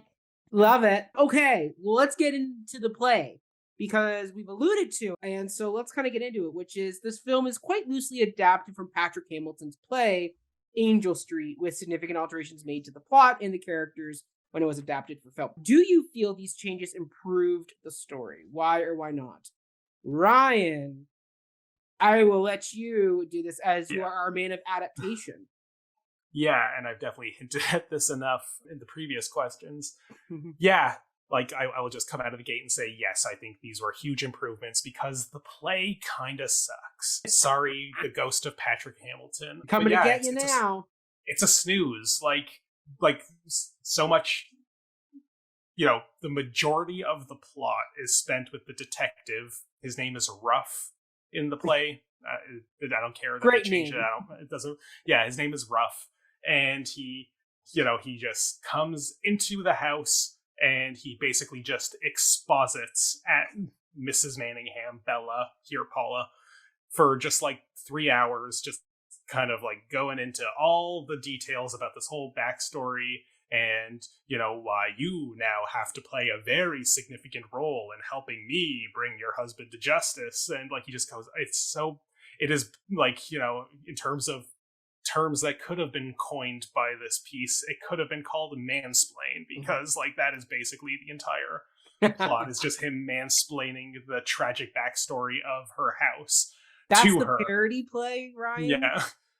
Yes. But yeah, like it's a snooze. It's not very interesting. It's not riveting. And, the really kind of, there's quite a few sort of master strokes of adaptation happening here, but like, one of them is just that we actually get to see these things unfold and the relationships, instead of just like, oh, you poor manipulated woman, here's a man to explain to you exactly what's happening. Like we follow, Paula as this like actual central character. We get to see, like, also, I guess something else I'll just bring up here while my brain kind of went on that train of thought. We've actually integrated our protagonist into the tragedy of the house. That's part of her backstory, which in the play, it's completely separate. Is like, a murder happened at this house. We believe that the murderer is your husband and that he bought the house so he can find the jewels. But it has nothing to do with Bella's backstory, that she's just the woman who had money, so he married her so she could buy the house that he wanted so he could do his search in the attic. Like, it's, there's like no like cause and effect. There's like nothing rooting the characters in it. And like, it's so like, it was, and it's really funny because like we start with this whole backstory. She is privy to the murder. She leaves and goes to Italy and then starts this like opera singing career following in her aunt's footsteps. Yeah. And that's where she meets him. And like we have this whole affair, and then they get married, and then they buy the house, and then we see the manipulation unfold. And it's only like about an hour into it, like that we actually get the first scene that's reminiscent of a scene in the play, and that's specifically the picture frame bit. Yeah. But by the time we get to it here, it's not just here's our inciting incident. It's like, okay, we've seen the road that led us here, and it actually. It's funny, I turned to Jill while we were watching the movie and be like, okay, so here it is that the play begins, because before that, I was thinking, like, this isn't like the play at all, and that's a good thing. But, like, big kudos to the triad of screenwriters, one of whom is John Van Druten, who wrote the play I Am a Camera, which is adapted from Christopher Isherwood's Berlin short stories and was then adapted itself into the musical Cabaret, which many know I'm a big fan of. John Van Druten and the other two screenwriters, I wrote their names here, John L. Balderson, who I believe is also a playwright, not familiar with his work, apologies, and Walter Riesch, who is a German film director and screenwriter. So yeah, like the three of them, like I really admire the moxie that they like looked at this play and just thought, we're not gonna, we'll keep just the broad strokes to justify this as an adaptation of this play that I guess was moderately successful enough to, that MGM bought up the rights to make a movie of it. But it was MGM, right? We had the lion at the beginning. But yeah, like they must have looked at this play and be like, okay, there is a lot of room for improvement. And like part of the consequences of the play, it's like, is very much that we are trapped in the single setting of the house, that all three acts are just like basically in the same room. And so we kind of don't, through this strict observance of the unity of space, the unity of time has also come with it. And we aren't like allowed to see like anything unfold on this like long scale. And we are just privy to, okay, we've seen this picture frame scene. We know that, something's fishy with this couple. If only a man would come in and explain to us what's happening. And then the rest of the play is just that. Yep. And yeah, we don't get like, Bella has no agency in her own kind of liberation from this tyrannical man. It's just, thank goodness the detective's here. He explained to me. I have done my part by letting him root around in the desk for clues. But other than that, he's now just going to arrest him, and I'm glad the man solved the problem. So yeah. Well, that's how I felt about the ending, too. Not to go into the ending. Yeah, no, but please. That's how I felt. That was what bugged me about the ending, is I wanted her to find her independence on her own. I get why the detective's there, but I didn't need him to, like, help her and show her the light at the end, and they're standing off, and they're going to get together at the end, and the woman Betsy comes in, and it's like, no. I didn't need that. I thought that was, but that's classic old Hollywood. You horn the ending in, and then the credits come up at the end, and that's it. So yeah, like I'm guessing somebody looked at the original play and thought, like, there must be something going on between this man and this woman, because why else would they be on stage so often together? And I feel like that was, I don't know if like the screenwriters themselves thought like we need to make a romantic subplot here. I do like how what gets him invested, the detective, in the investigation is that he was this huge fan of this opera singer, and that he had this crush on her, and that it kind of makes his motives seem a little seedy, but it kind of explains it more than just like, I was the detective on this cold case and I never let it go. Like the fact that we learn a lot by watching him educate himself about this cold case. Because he just has the spark of motivation of, I think I saw this woman who died. What's going on here? And that, we learn more by things being explained to him than him explaining things to her. Which is a huge, like, in my opinion, subtly radical reversal of the dramaturgy of the original play. That, he's the one who has to have things told to him. And, it comes from yet another man, like the stuffy, chief of police, or who's like, I chase this case forever, and, it's a dead end. Don't get sucked into it just because you have a crush on this lady. But at the end of the day, he recognizes that something fishy is going on. And I will say, while I completely agree with you, Jamie, that yes, it would have been nice to see her have that more agency, and that she doesn't need him to just swoop in. The fact that she gets that monologue at the end is already like a huge improvement in terms of giving her that agency, that she gets to have that confrontation that is, to my recollection, not present or certainly diminished in the play version.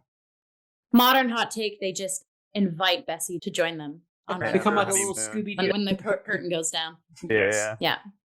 Love that. Jill, as someone who read the play with Ryan, what are your thoughts? That was like one of the hardest characters for me to have ever read in the history of me reading plays. And I've read a lot of plays because I kept reading. I had to read her with like satire subtextually baked into every word I was saying, because either that or I'd like halfway through the first little bit, I was like, why don't I try an acting exercise? And every other line is like kind of like hysterical, nervous energy. And then the other one is, oh, I know exactly what I'm saying. Like, so I guess I took the text and was like, let's try to make something of it. But I kept satirizing it because I'm like, there is no life to this character. And then Ryan made a really awesome observation too of it's basically the formula of like, oh, I'm going to make her think that she stole something. And then I'm going to tell her it was her fault. And then it's just like they do that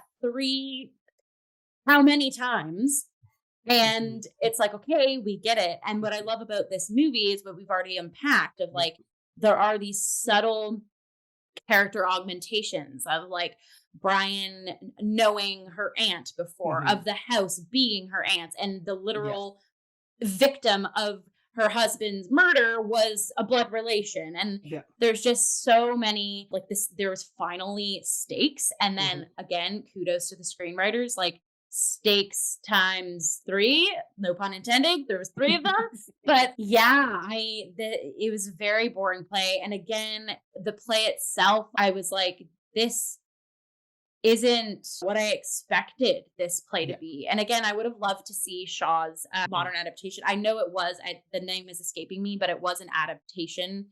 They didn't take like OG Patrick Hamilton's Angel Street, but reading the play, I was like, this is not what we know today as gaslighting. Like the men had way too much, again, like Ryan said, like, it's like, okay, great. I've done my part as the woman and now the man is going to take him away. And I don't know. I didn't have that, the agency that we've already talked about that Ingrid does really well with gaining back for us. That's again, the play version definitely not making my top 20 of plays. I will say that. Also, Jill, sorry to piggyback. Well, not quite piggyback, but when you talking reminded me of a couple other interesting things here. That one of them is in the original production of the play, Vincent Price played Mr. Manningham or Jack. That's fun. But it also is like, there's no way anyone was watching that not realizing he's the villain, because it's true. Vincent Price. Like, so I will say kudos to the movie for casting this like suave foreign man who's like, ooh, you're like interesting. You aren't obviously a villain. It becomes very clear that he is the villain as the plot progresses. But when we first meet him, you're just like, okay, it's this guy's deal. He's not like, I am Count Dracula. Like, so that's one thing I want to mention. And also, like, because I mentioned that scene where, like, with the picture frame, like, where did the picture frame go? And that's how the play starts. And that's, happens an hour in here. And what I thought was really interesting about the way that scene was framed in the movie is, like, they have the conversation about it. And then he's like, I will give you, like, 5 seconds to retrieve the picture frame and then we'll speak of it no more. And she's like, I really don't know where it is. But then she walks to another room and comes back with the picture frame. So like me watching it, I was like, wait a minute, like, did she hide it? And she's like, and then she's just like, well, no, but the last time it went missing, it was there too. So what this does really well, and just like the filmmaking of it, is that it temporarily gaslights us, the audience, into thinking that she like did it. And then she gives her explanation, but we haven't seen that. We aren't privy to the information that we also kind of are put on this razor's edge of maybe there isn't something quite right with her psychologically, but then it becomes increasingly clear as it goes on that, you know, she is definitely being manipulated, and the film is doing a great job of bringing us along for the ride. I think if we were to shake out the play, and like, you know, we've talked about, we have so many new screenplay adaptations for this. If we're gonna surgically, you know, 2022 the play, I would love to like see it as if from the very beginning, the women are in on everything. And again, as I was reading as Ryan mentioned, like the female parts, there is a way that it's like, these are like three sort of power figures that know the situations that they're in. They know that they're in this sort of very holding place. And there's like purposeful acts of sort of delirium and backstabbing, because that is them bonding together to take down this monster, right? Like I want to see that. And it's just kind of like the behind the scenes look into, and it's almost kind of like we're now taking over the term of gaslighting, right? Or we're trying to change that term, has had so much weight on so many people today, right? So that I'll be thinking of that play adaptation for sure. Charlie's Angels Street. There it is. Hey. Nice. Yeah, I mean, for me, I'll admit, I fell asleep twice trying to read this play because it is a slog. The only real big standouts were after having watched the film first and then reading the play. Like the shocker reveal that Nancy is off on her own little, you know, sneaky vixen adventure there that got cut. That was a cut subplot, you know, like very little did this play stick with me. Trying to remember just basic elements, I'm like, yeah, no, what was that in the film? Okay. Like, you know, it's one of those things where it's like, it's all just kind of a hazy London fog in my brain of, I know I read the play because I fell asleep twice trying to read it. And I know I got through it to the end, but at the end, it just left no real impact. And the film just left a stronger impact for me. So I'm just like, yeah, the play's there. I think all our ideas of remaking this piece, either as a film or a play, clearly have stronger impacts on me than the R.I.P. Patrick Hamilton in his play here. I mean, God bless it for being this genesis of a very interesting film. But beyond that, it's like, sorry, buddy, like just, I get what you're going for, where you're kind of really trying to get that old bottle episode tight environment, but the writing just doesn't have the pace and the clippy energy that you need to have when you read some of these bottle film screenplays, where you're trapped in a room and there's just a lot of back and forth dialogue. But I mean, Ryan and I just did a review of Doubt, for example, by Patrick Shanley.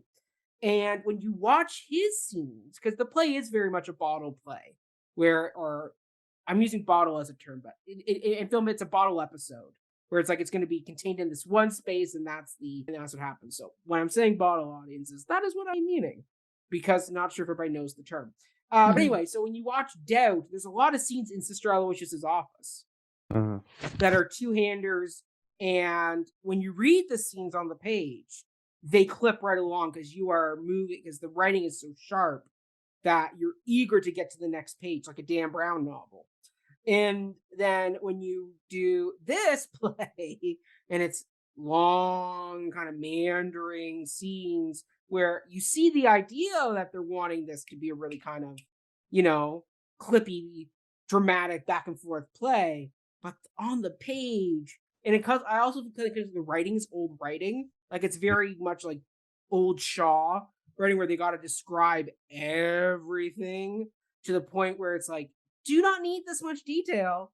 I can do without this. Just give me really good clippy dialogue. You don't have to tell me about the sofa poof downstage left. Like, don't need that. And it's like so interesting you bring up Shaw, because like Shaw's characters obviously monologue and go on for long times, but it's usually because they're bringing up like sophisticated ideas about philosophy and politics. Yes. Whereas this is just like, let me explain this thing that any audience could have figured out in like 5 seconds. The play, like, yeah. And I will say, the film, Ryan, you brought this up, but it does a great job in something that most writers need to learn, and some never learn it, is the classic lesson of, in film, you show, you don't tell. Mm-hmm. That is something that some people never learn. Looking at you, problematic screenwriter J.K. Rowling, whose Fantastic Beasts movies just don't work because she does a lot of telling and not showing. Compared to Steve Kloves, who wrote the Harry Potter films, where, he cut a lot of plot points out, but you go watch that 5th movie, and the montages where him and David Yates work together to really create a really good thematic overtone of showing and not telling is key. And this film does another really good job of showing a lot and not spelling it out. Like, yes, I would have loved to have seen more of Angela Lansbury and her cut big character reveal scene from the play. Would have been great to see dramatized for the film. But Angela Lansbury does a lot of showing and not telling, where you are watching her character and you are trying to figure out what she's doing. Right? Mm-hmm. There's a lot of showing and not telling. Yeah. Ingrid Bergman and the whole cast do a really good job. And the director and the screenwriter understood we can do a lot without saying much. Because that's where some of the real horror is, which is your mind filling in the blank because you're reading into it, versus the director saying, this is how you need to feel in this moment. Yeah.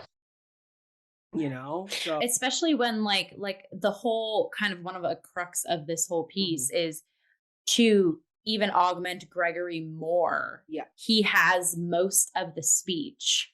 So to purposefully, characteristically make sure, to ensure that everyone else has less monologue-y time, or when they are speaking, there is purpose to it, whereas kind of he has power of speech whenever the F he wants it. Yeah. Jamie, what are your thoughts on all this? So I have nothing to say about the play because honestly, I didn't read it. I did read up on the writer. You like 3 hours of your life? You made the right choice. Very wise choice. It sounds really good. It makes you appreciate the movie more, but that's the only compliment I can give. Yeah, I did read up on the writer though. Apparently, he had quite a tragic life, which is quite sad. The playwright, but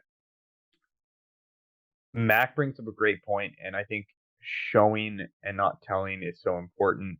And it, I'm a big sucker for foreign films. Like that's what I've been really into the past, I'd say 3 years. That's all I've really been watching. But lately I've gone back to the old Hollywood films, like from the 40s and 50s, like Citizen Kane, Casablanca, Sunset Boulevard. I know, Mac, we were talking about that earlier today.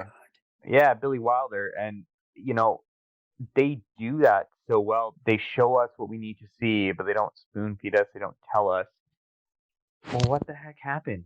Like, look at modern movies today. Like, in my opinion, Marvel is, they're obviously having to explain everything to us. It's like we've forgotten that. And this is just such a good example of this is great entertainment, and it's from 1944, and it still holds up.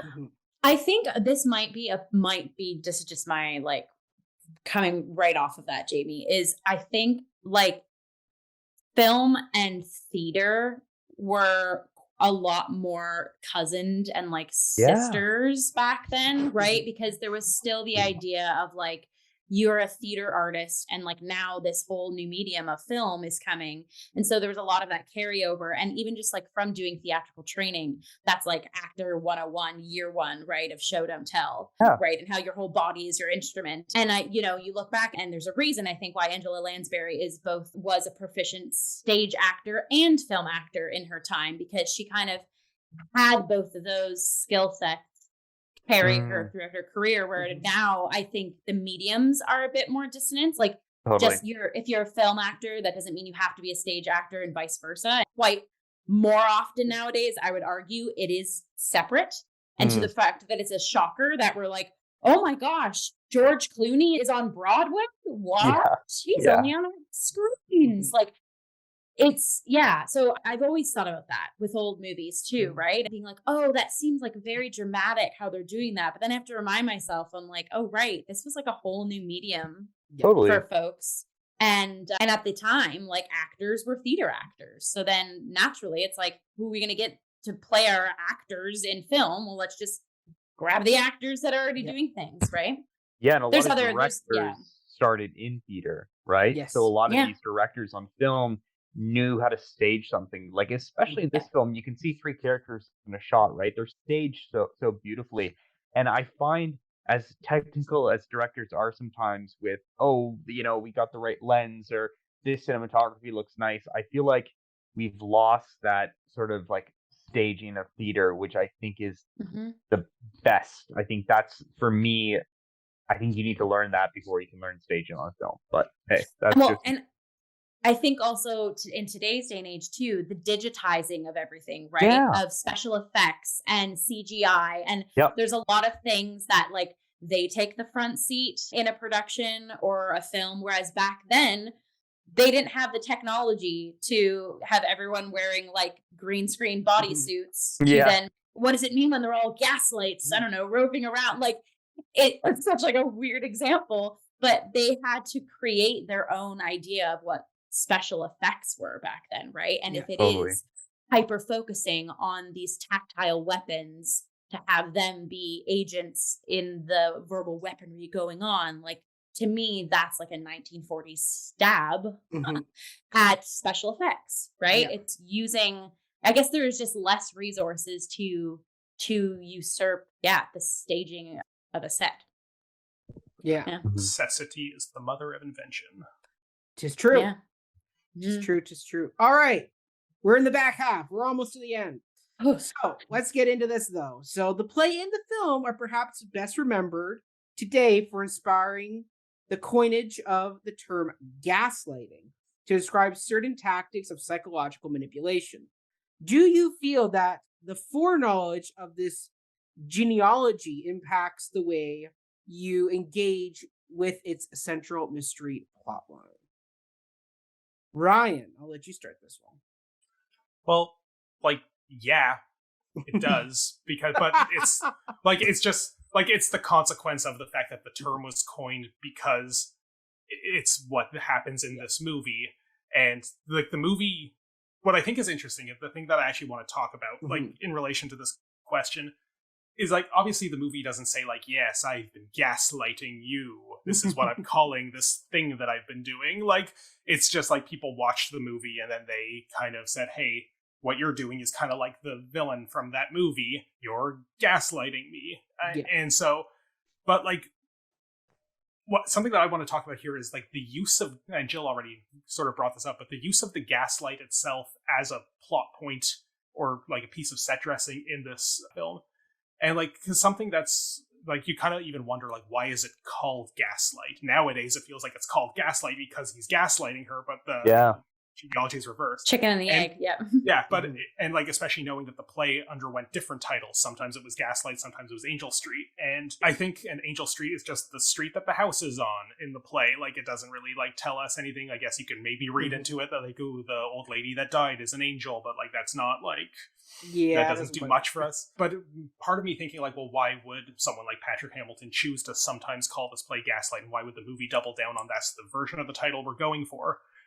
So something that's very prominent in the play that I feel like kind of maybe is and isn't prominent or featured in the film is that it's set in the Victorian era, which I feel like the film may or may not be set in the Victorian era, but because it's already sort of antiquatedly alien to us just being in the 40s, it's hard to even tell, like, is this set like about a half a century prior, or is this set, you know, in that time, like this kind of class stratification, the costumes, that all seems, you know, antiquarian enough so that we can't even really tell. But the play, which I think was written in the 30s, is very much looking back to an earlier time.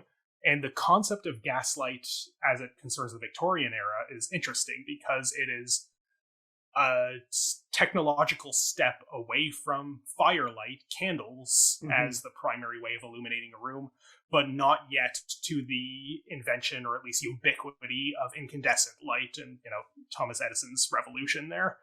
So, and it's kind of, it is, you have control over what, the way you light your house without like it being like a literal fire hazard. Right. It's like kind of really Gaslight changed the game for how we did, illuminate and see the world. But yeah, is still very much, reliant on lighting that fire, and that kind of manual control that just flicking on a light switch doesn't create. And like the actual, so I think that's just fascinating as like latching onto that, technological shift as this sort of metaphor for what's happening here, that we can, somebody has to control this light in a certain way. And where Gaslight in particular becomes a plot point, and I think this is emphasized a lot more in the movie than it was in the play, part of the reason why I think the film decided to be called Gaslight, is that she feels like the part of her going crazy is like the lights are dimming and nobody believes me when I say, and it's revealed that when she thinks her husband is out of the house working on his composing, what he's really doing is rooting around the attic, and he turns on the gaslight there so that the gas is being rerouted throughout the house, that it gets dimmer in her room because it's a finite resource that is being used elsewhere.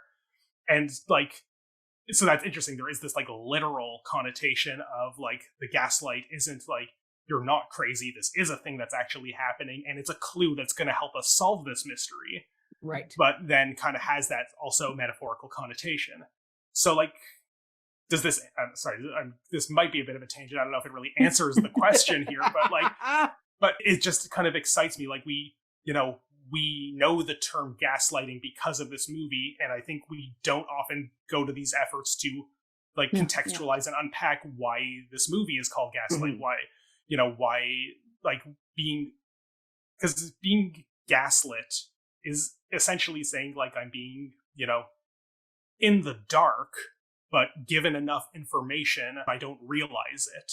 So this like medium lighting on this technological trajectory feels like this very potent metaphor for that. But it's also saying, as we see like in the movie, that, the lights have dimmed because someone's doing something that they don't want me to know about in another room. And so like, I think it's a great metaphor and for the thing that it has since come to connotate. So does it spoil the ending? Sure, but we don't need to know that it's called gaslighting to spoil the ending, because we, as we've all discussed many times, we sort of figure it out with this interesting suspenseful dramatic irony that we figure it out before she does. Yes. Jamie, what are your thoughts? Yeah, I was just gonna to piggyback off Ryan here. Yeah, I always thought, oh, that's just the term, right? Like I never thought, oh, it came from this movie because it's about the gaslight. It's not him gaslighting her. It's like the chicken and the egg, as Jill said. He backpacked off everyone. I agree completely with what you're saying. It's fascinating that we all go through life and we just know that term, but this term got coined from this play and then this movie. And, this movie's known, but I wouldn't say it's, it's known as much as something like Citizen Kane and Casablanca. And I think more people should know about it.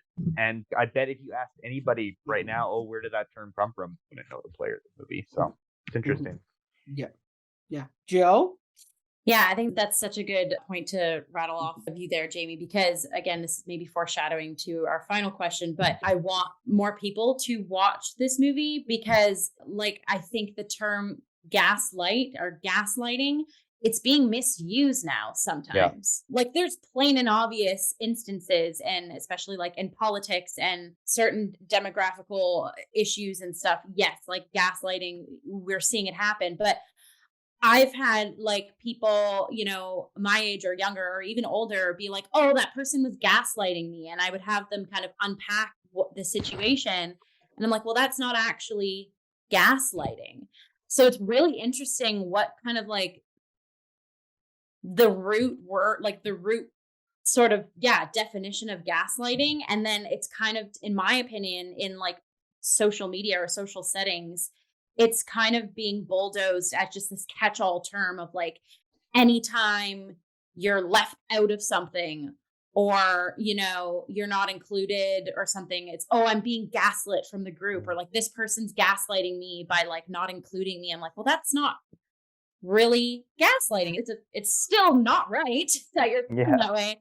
But like, are they making you feel insane because You're being left out right? of this And room. I think this movie, and kind of what Ryan is saying too, with having the physicalization of the gaslight, and then, you know, seeing the brilliant work of the actor playing Gregory, of how you see him kind of literally work through his thoughts of like, how am I going to pull one over on her next? And then it really is this master manipulation of, I know that I want this person to do something or to be at fault, and these are the obstacles I kind of have to jump over and go to make that person feel that way. And then like really stick in that psychological dagger. And yes, like there's people that have been in power that are masters at doing that. And yes, they are gaslighters. But if you're, you know, someone's not including you in a group, you just saying, oh, I'm being gaslighted. I'm like, no.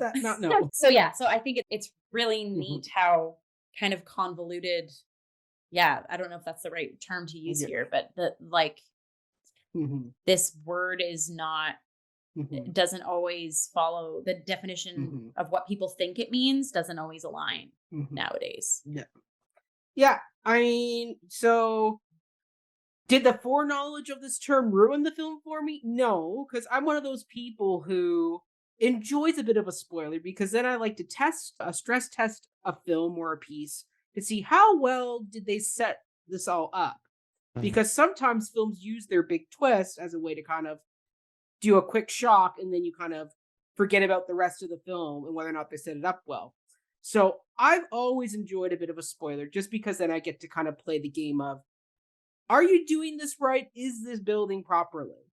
So that was fun watching. I mean, once again, what Gregory does is horrible to Paula.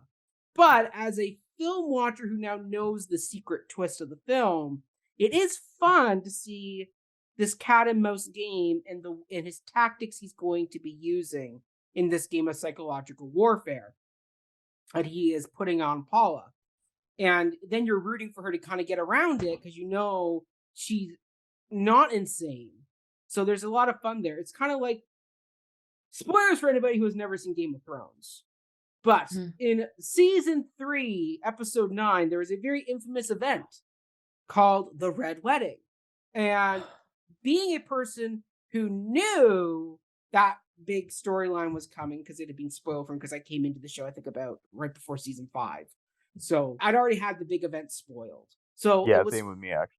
Right? I wish I was not okay that day. I was in my SpongeBob house coat, and I literally called my cousin after and was sobbing on the phone. Anyway, sorry. Continue. And you see, It's the minute I saw the Under Armour and that's the moment you know it's happening. one of Bolton's housemates, I was like, no. Sorry, keep going. Right. So knowing the twist was coming of he's going to his death here, it was fun watching how the showrunners, when D&D were really on their Game of Thrones, were really able in the backgrounds to set up what was going to be happening. Like, if you noticed, when Rob is riding off to, the twins, the castle of Walder Frey, all the Boltons behind him are getting their armor. Like, they're arming up. Now, you may assume, it's because after the wedding, they're going to go to war and get the Lannisters. But when you realize, what they're actually doing is they're arming themselves to get ready to go massacre. And then when you watch him map it all out on his big map with his little wood pieces, and you realize that what the writers are showing you is Rob has made the critical error and is walking into a spot where he's going to be surrounded on all sides by enemies. There is literally no escape no matter where he goes at this point in the story. And it's really well done. It's really a good setup. And if you know the twist is coming, then you're able to kind of watch along and see, are they just banking on the shock value of when the twist shows up and they're not going to let me, and I'm going to forget everything else that happened in this movie? Or are they smart enough to know, hey, people are going to rewatch this? And back in the 1940s, that wasn't always the case. A film will come out in theaters, and then it may get re-released in theaters 5 years, 10 years later. It wasn't like it was going to be on a TBS or a AMC. Or like just television in general. Television in general. Or let alone home video, which didn't exist. Right? This is probably going to be a one-off. You see it in theaters. If not, you miss it. And back then it was roadshow theaters too. It wasn't like a big world release. This was word of mouth from town to town as like the film reels move, right? It's one of those things of you don't have to worry about audiences coming multiple times because more likely than not, they'll give their nickel and go see it once. So, but now when we can look back and go, how well did this director and these writers set something up to really gaslight the characters and build on the suspense and the terror that is building in this film? You realize, oh wow, these editors, writers, directors, Ingrid Bergman, the whole cast really did come together to build a really solid piece. So when we actually get to the big twist with the gaslights, and you realize and she realizes what's been going on, you go, you've built a really good foundation. So I would say it didn't ruin the film for me. If anything, it gave me a deeper appreciation because I didn't have to focus on finding a twist like in that Shyamalan movie, where I spend the majority of those films waiting, trying to figure out what his twist is because I know there's a twist coming. What a twist. Right? It's one of those things of, if you know the twist is coming, now you can play a different game of how well did you do setting up the foundation to really pay off on the twist. And Brian, I see you thinking. Yeah, like I just want to add to that because, like, you know, M. Night Shyamalan is this good example of like, it's all about the twist, and once you know the twist, you know, it's all about the only reason to go back is how well did you hide it, not how does this impact like the experience, like, or how did you pull off hiding it. But like the mystery genre is kind of similar to that. Like it is really a build towards this payoff. Like most, you know, mystery novels don't have like great reread value because it is really dependent on just the thing you find at the end. You might notice clues better, but like what I think is like really good about this, because this technically fits into the mystery genre. I think from a certain point of view, it's not a whodunit per se, but it is very much, you know, there is a central mystery and we are kind of waiting to find the reveal, even if you see it coming, regardless of whether or not you know the title. But it's the gaslighting itself, this titular premise that has since become, you know, something very different in modern parlance. Like this is what I think makes it transcend beyond just a mystery story, a whodunit. That it is having something, you know, profound to say about gender dynamics and patriarchy. So, you know, is Gaslight the thing that spoils the ending to us today? Maybe, but it's also the reason why I think people will come back to this story and think about what it's trying to say. Well, that perfectly leads into question 7. Before we go there, if I can do a tiny little, like, you know, you're reading a textbook, a little box that kind of doesn't make any sense of what you're reading in a textbook, but comes up because of what you're reading in the textbook. The Mac brought up, I'm sorry, I've just been thinking since you brought it up, Mac, of like, some people, this movie came out in 1944, which 1944 movie theaters were probably the only way that they would see this. And like Mac was saying, it rovable films. So it may not even be in the cinematic house that is close to you or cinema house that's close to you. But also this came out during wartime. So now that unpacks, like I would love to go back and research what cinema audiences, who were they? What were they? I feel like it could be there's less butts in the seats because a lot of rationing was going on and a lot of other, like, there's ways you had to spend your money and going out to cinema maybe not would have fit bills. Or was that one of the only ways to sort of escape the war and what's happening away and at home?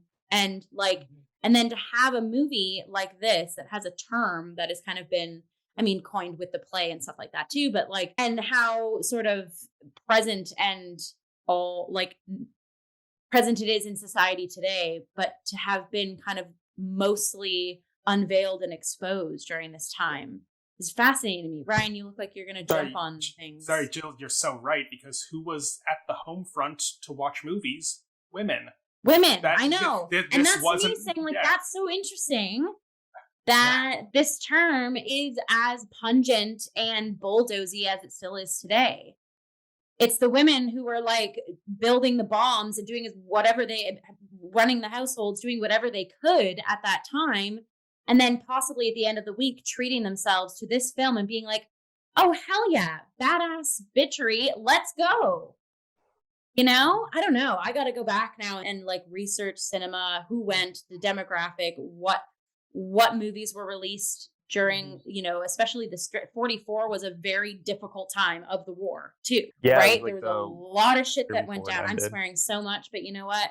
My gas fixture is off. The flame is a blast. Well, it's gas funny, radiator just to gun. go off Jill's point, which I think is both of you had fantastic points about this. I just want to like piggyback off of them.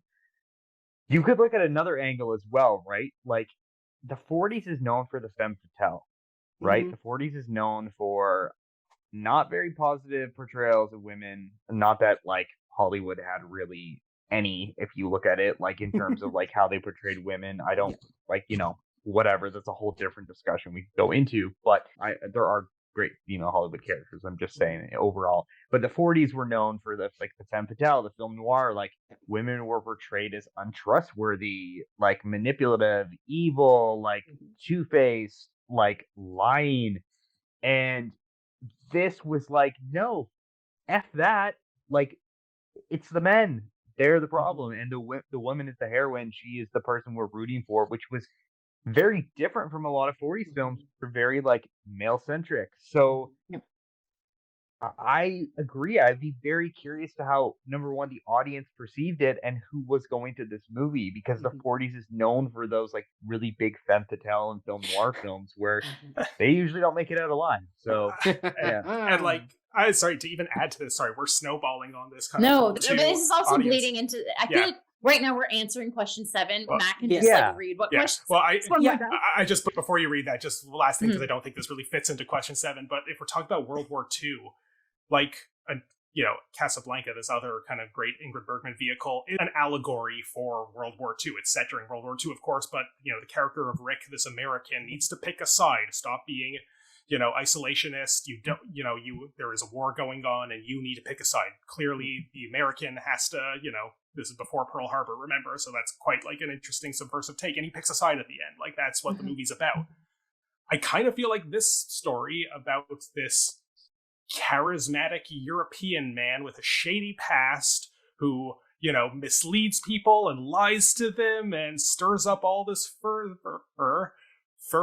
This could also be read as an allegory for stuff going on in this particular war. I'm not saying Gregory is Hitler. Calm down, but like, the audience on the home front though might have read it that way, and it could certainly impact the way that this would have been seen. Well, exactly. I mean, snowballing on Ryan for one quick second is Gregory's character. He's Italian, if I remember correctly, because he has an Italian accent. So the Italians were part of the Axis. Like Italy was on the side of the Nazis. Mussolini, hello, But also, I mean, if you look at historically, Italians did not have good nicknames. They were like the Irish, because we forget nowadays, like, we now lump Irish, Italian, German all in as just white.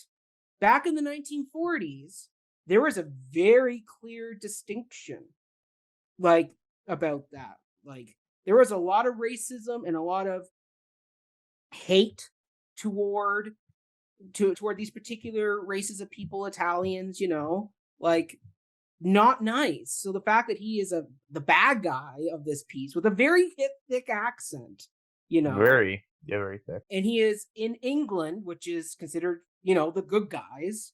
He's the foreigner that's showing up, and they made it very clear with Ingrid Bergman's character that she grew up in England, then she left and went to Italy, so she is an English girl at heart, right? Like reading into the World War aspect, it's very obvious now when you look at it, like, oh yeah, they're definitely playing into some bad stereotypes of, for sure, let's make the Italian guy who's up in the attic, sifting for the money, like, Well, and now I'm almost like, too, is it like even that final statement of like, because I'm mad at you, like, is that right on war propaganda for munition girls being like, yes, we are doing the right thing, but I mean, it's helping like a terrible, catastrophic thing that happens to humanity. But like, there's so much. I think you could write like a whole essay on like who was watching this movie and how it was inspiring, impacting, and unpacking the environment, like social environment around it. Right? TCM, hit us up. We'll do a whole roundtable discussion on this. There we go. All right, well, let's get into these last two questions, which is, do we feel the film has aged or sorry, how do we feel? I'm taking this line back. Okay, question 7. We're almost to the end, guys. How do we feel the film has aged, particularly insofar as it reverberates with contemporary feminist discourse? Jill, I feel this question you should lead as our wonderful female voice on the panel. As a female, even though I believe we're all feminist individuals in this room. But yes, I was going to say particularly insofar as so I think we kind of touched on this already. Like 2022 v 1940 are very different, swaths of what feminist discourse is, what it means, who is kind of falls under that type. So I think this film, approaching it today, you're kind of approaching it with like feminist surgical tools, if you will. Like there's a lot that can be excised out of it and honestly be like pioneer fodder for what feminist viewpoints are today. Feminist fodder, I'm going to coin that. But so it's the thing of like, I think it holds up because it does that. Like it reminds us that this might have been a catalyst alongside many other catalysts for ways that we are re-looking or rethinking or regaining feminist ideals, not just via women, but anybody who is oppressed or a minority. And so obviously there's moments and choices that don't chalk up and that, progressively don't really follow formulas of the way that this film would be made today. And as we've throughout this whole dialogue have said, well, if we redid it this way, or if we reworked the play that way. So I think it does its job of being a pioneer force of like, this is a foundation, this is a shell, and then where do we go from here? So I don't know, that kind of answers the question well in a roundabout way, but I think really that's well I'll put said. the pin there. Thanks. Really well said. Jamie, feminist fodder. Lead next. Yeah, well, I agree completely. And there's a lot of films I watch a lot of old films, and there's a lot of scenes in these old films where I'm like, oh, like just they make me cringe because they're super sexist or like politically incorrect, and it's just like, why is that in there? And it takes me out of the film almost. This was not a film I felt that way in. I actually felt it was very gratifying to see a film like this made in 1944 that said a lot about gender dynamics. The term gaslighting, even though that created that term now, because I didn't even make that association until I watched the movie. The patriarchy, like classes of society, as I think Ryan brought that up, or it might have been Jill. It's really modern, and I think it's a film that you can study and look at and go, no, they were making films like that back then. They were making really incredible statements, and obviously, like, it's what we coined back then has changed to now, and things have changed. But I felt it was a very liberating film for people back then to watch, considering what was out there, which were femme fatale film noirs, and I think portraying women in a negative stereotype. And I think it's a great film to study, and I think it says a lot, and I think we should remake it. And I also just subtly speak to, I really admire that they didn't overly sexualize all of the women. Yeah. Even in Nancy's kind of going out looks, or like when Paula and Gregory went to the concert, like kind of like a lower cut, but still like average to nice dress was like as risque as they kind of made Paula. I really admired that, because I think as something, again, in the 40s, and like maybe they could have very easily subtly played to the male gaze simply by the costuming being different. Which they often did. Look at Rita Hayworth and Gilda in exactly in The Killers, right? They often did that. But that was just it didn't have a place here, and it just made that like all the wiser, I think, that choice. Great observation. Yeah, that's so. I didn't even think of that until you brought it up. It's so true. And like even like the detective's attraction to her is because she reminds him of this opera singer who he fell in love with because of her voice. He talks about like young her beauty also, but like it's never just like, you know, it's obviously a visual recognition, and the fact that she too is an opera singer never comes up like in terms of their dialogue. But yeah, like it's really, you know, his colleagues sort of jostle him about like, oh, you're just looking into this case because you want a reason to talk to this attractive lady. But like, you know, it has these kind of deeper layers of resonance that aren't just about like ga lady. Yeah, like there's a lot of, you know, powerful ways that this film is subverting expectations. If I could jump on this and speak to another one, like something else that was kind of like very prevalent in this time, and we can blame our good friend, it's not a penis when it's my cigar, Sigmund Freud, about this, is that the hysteria was something that was in the air and in the narratives about this time. This specifically female version of psychosis that comes from your uterus, literally like hysterectomy. The etymology of hysteria comes from things going on in your lady business. And what I just love about this movie, and the play to a certain extent, even as problematically as it bungles up the execution of it, is that it says, hey, woman who might think that you are hysterical because, you know, that's a trope that you're fitting into. You're not. A man, a literal patriarch, is tricking you into thinking that's the case through all of the structures that they have set up in the environment that you would like to call your home, but can't because it's controlled by this man. And the physical, quote unquote, medical manipulation done to women of the Victorian era because they were seen to possibly been hysteric was sexual assault. So I think this also had it be like, hey, you can pretty much call a spade on this guy gaslighting you. You are not hysterical. You do not need to be invaded psychologically or physically. You're fine. You don't need to go to the asylum. He needs to go to jail. That is what. Yeah. Holy crap. Yeah. 100%. Yeah. Disgusting. Like, ugh. Like, what was going? Never mind. I'm not going to go into it all. But agreed completely. Yep. Yeah, like this is just like a quietly subversive movie that is like super ahead of its time.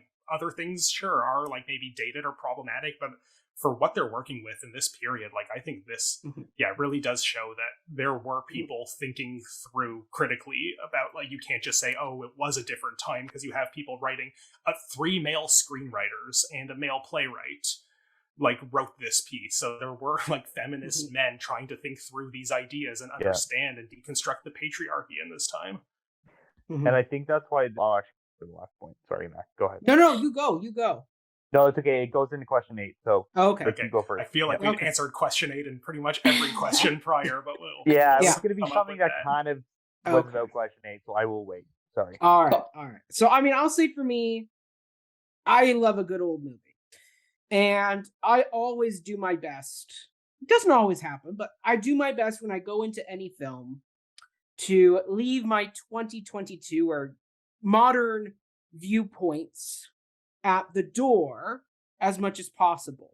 Because one of the things that we all need to acknowledge is, going into these films, there's a lot of problematic shit in these old movies. There are some really bad movies that I will never go back and rewatch Breakfast at Tiffany's because of Mickey Rooney's portrayal in that movie. Horrible work done there. But there's a lot of films that, yes, are there problematic elements? Absolutely.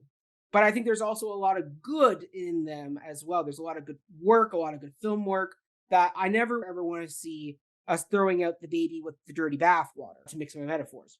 So when I watched this film, I was hesitant because I was like, I don't know how this is going to hold. Considering this is a 1944 film, it's a wartime movie. It's about a man abusing a woman. Let's see how this goes. And then you come out of it and you're like, oh, wow, this is actually a really solid film that still holds up today. Ingrid Bergman isn't just screaming in a corner the whole movie. She is actively fighting against the gaslighting, even though she doesn't realize she's being gaslit, but she is an active character in this film, as are all the women in this piece. Bessie trying to get into the house. Do you have Elizabeth, who ultimately becomes a unspoken ally, as she is the one that permits the detective into the house and kind of helps out where she can. I mean, there's a great scene between the two of them where she knows she can't give the game away to Paula because there's a scene where it's like, didn't you see that? Like, didn't you see the man in the house? And she's like, no. And it's like, on one hand, you're like, what are you doing, Elizabeth? What are you doing? And it's like, no. There's a bigger plan because the detective said, like, you can't let him know I was here. Like, Yeah, she's like, helping her. She's helping her in her own way. I literally wrote in my notes, Elizabeth gets it. Yeah, Elizabeth gets it. And that's where it's really well-written female characters. And once again, like, there's always the thing of men can't write for women and women can't write for men, right? People say that all the time. It's like, no, actually, if you are a really good writer, you can write for almost any character as long as you're able to tap into the universal emotions and perspectives of the piece. Now, obviously, if a woman were to write this screenplay today, there would be a lot more greater detail given, but considering it was a male playwright, male screenwriters, a male director, they did a really good job handling this film with a female protagonist when, as Jamie rightfully acknowledged, the 1940s were a lot of femme fatales who usually drive off the cliff at the end because there was I think it was, Jamie, if I'm mistaken, it's the Hays Code, right? That basically said that if a woman commits an adulterous act, she can't make it out of the film alive. Yeah. Like she has to pay in some way. You know, so there's a lot of women pre-code was very sexually liberating. Yeah. You know, in the 30s, there's a lot of movies like that. Yeah. But yes, I totally agree with what you're saying, Mac. Yeah. Sure. Yeah. So considering the film that was there, and I went in really hesitant, going, "Ooh, let's see how this goes." Because as I said, this is a film about, as Jill rightly pointed out, mental abuse. Not so much physical abuse, but more mental abuse. And the older films usually don't handle those subjects quite as well. Even if there are, so the fact that this film did so well makes me go, wow, there is actually a lot of good stuff here that warrants a lot of people to revisit it. From a screenwriting perspective, to an acting perspective, to a character perspective. They wrote really solid characters in this film that deserve a reevaluation with modern audiences because there's a lot you can learn from them as well. Jill, I see you like props. Yeah, we haven't like brought this up per se in so many words, but I want to say Brian is a feminist male who stands up and tells, like, puts Gregory in his place. Yeah. And it's like he is that for, and I get we talked about earlier of like, oh, she, you know, I kind of want her to have her own agency. She doesn't need him. But what we need now more than ever in 2022 is men writing other men, right? Feminist men speaking out and speaking up and have kind of that sort of conversation happening. So in the scenes where they're in his office right before they go up to the attic and they're head to head and Brian is like, no, you are not. You can't do what you did to her to me because we're both men, but just for the sake of what our gender is, but also you are wrong and I'm going to tie you up in a chair and then take you to jail. Like that's his trajectory. There's no breaking down. There's no like swaying to Gregory's side. There's that sort of male voice, male feminine voice that, Go ahead, Ryan. Something to add to that, and this kind of goes to Mac, what you were saying about, like, you know, how would a female author maybe write this differently, like, and like the Shaw production, which again didn't see, so I can't comment in minute detail, but I remember reading on the Shaw website, like the description of it is that the radical revisioning of it, which I believe was by a female playwright, removes the character of the detective, and that. When you think about the original play where the whole thing is just the detective explaining the plot of the play for 3 hours, like it's, you know, I completely hear and agree with what you're saying, Jill, that like having, you know, good male feminist role models is important and definitely like recontextualizing them that this film does really well. But I also think that would be an interesting like antidote to the fact that the man does have to come in and save her. That I would have, it's a shame that I missed it and didn't get to watch it, but like, I would have loved to see how that version unfolds, where Sure. without this male sounding board, how does she figure out what's happening to her? How does she break herself out of this own strictures? And I think that if we talk about how this film has aged, even though we're all in agreement of the fact that this is actually shockingly progressive for its time, there are still ways that we might revision it in line with contemporary feminist discourse. Yeah. Love that. All right, let's get to the final question, which I feel we all kind of already answered, but we can give our short conclusionary answers, which are, would you recommend this film for others to watch? Jamie, as our film aficionado, as we set you up at the beginning, is this a film that you would recommend to other old film lovers out there? Absolutely. I think they should be showing this film more in film schools as well and discussing it. I'm shocked we never did in my film school. Didn't talk about it at all. Like, looked at Citizen Kane, those kind of movies, which are amazing, but like this film's important. Like this film matters socially, and it will make a big impact. And just discussing it here with you all makes it more important to me, and makes me want to go back and rewatch it. So yes, I would recommend it. I think it's excellent, and it was lovely talking about it. Wonderful. Ryan? Yeah, like just to piggyback right off that, like I watched the movie and liked it a lot, but just talking about it with you three lovely people, like, has really made me appreciate it even more, and we pick at different nuances. Like, it's just the great thing about this, like, dialogue-based review structure that we do, that talking with friends about these things tend to make you appreciate them more. It's like my original thought was, wow, this is so good because it's so much better than the crappy play it's based on, but now, like, the more we talk about it, like, I think this is actually a masterpiece, and I will recommend this to anyone. Yeah, same here. Jill? I stand by my top 20. I may even say top 10 at the end of this, again, lovely discussion with the three of you. I also think, kind of spiraling back to our Shakespeare reviews of like, would you show this to classes, or like to high school classes, or specifically English classes, or whatever? I think this film could be used for multiple subjects. Like it is a masterclass 101 on acting, because you have so many different types of acting baked into this one genre, you know, from Bessie to Nancy to Paula alone, and all of our other characters too. But also, unpacking this term that has, like, to this day, psychologically is a weapon. It is used to run countries, and so it can be shown in psychology courses. And if someone was like, I want to watch a black and white film, I meant Gaslight. Like, that's going to be my go-to, because I don't think we could ever, this review is as long as it took us all to read the play probably now, but I don't think you could ever not talk about this piece, because to, like, the specs on the wall, there was something that we had to say about this piece, you know? So I stand by top 10. Everyone watch this film. Would you show this to your niece, Jill, when she gets old enough?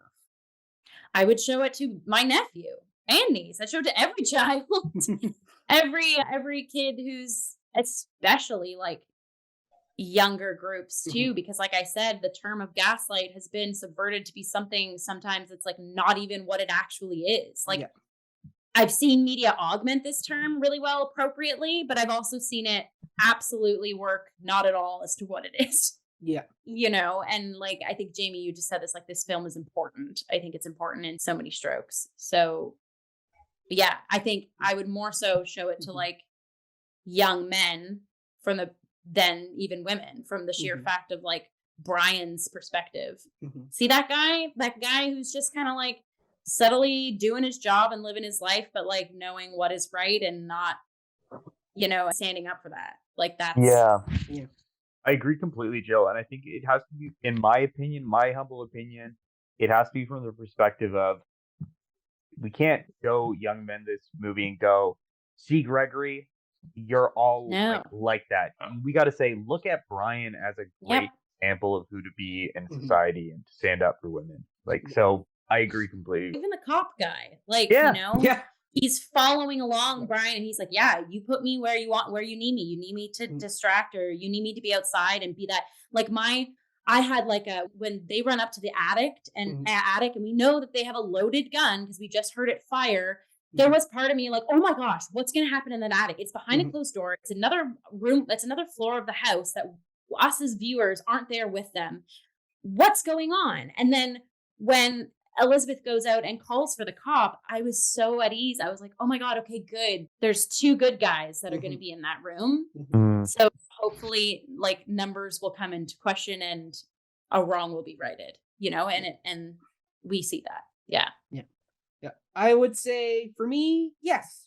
Recommend, no question. I mean, if you're an Angela Lansbury file who is going through her canon of decades of work, definitely see this film just for her, because I mean, she got Oscar nominated for a reason.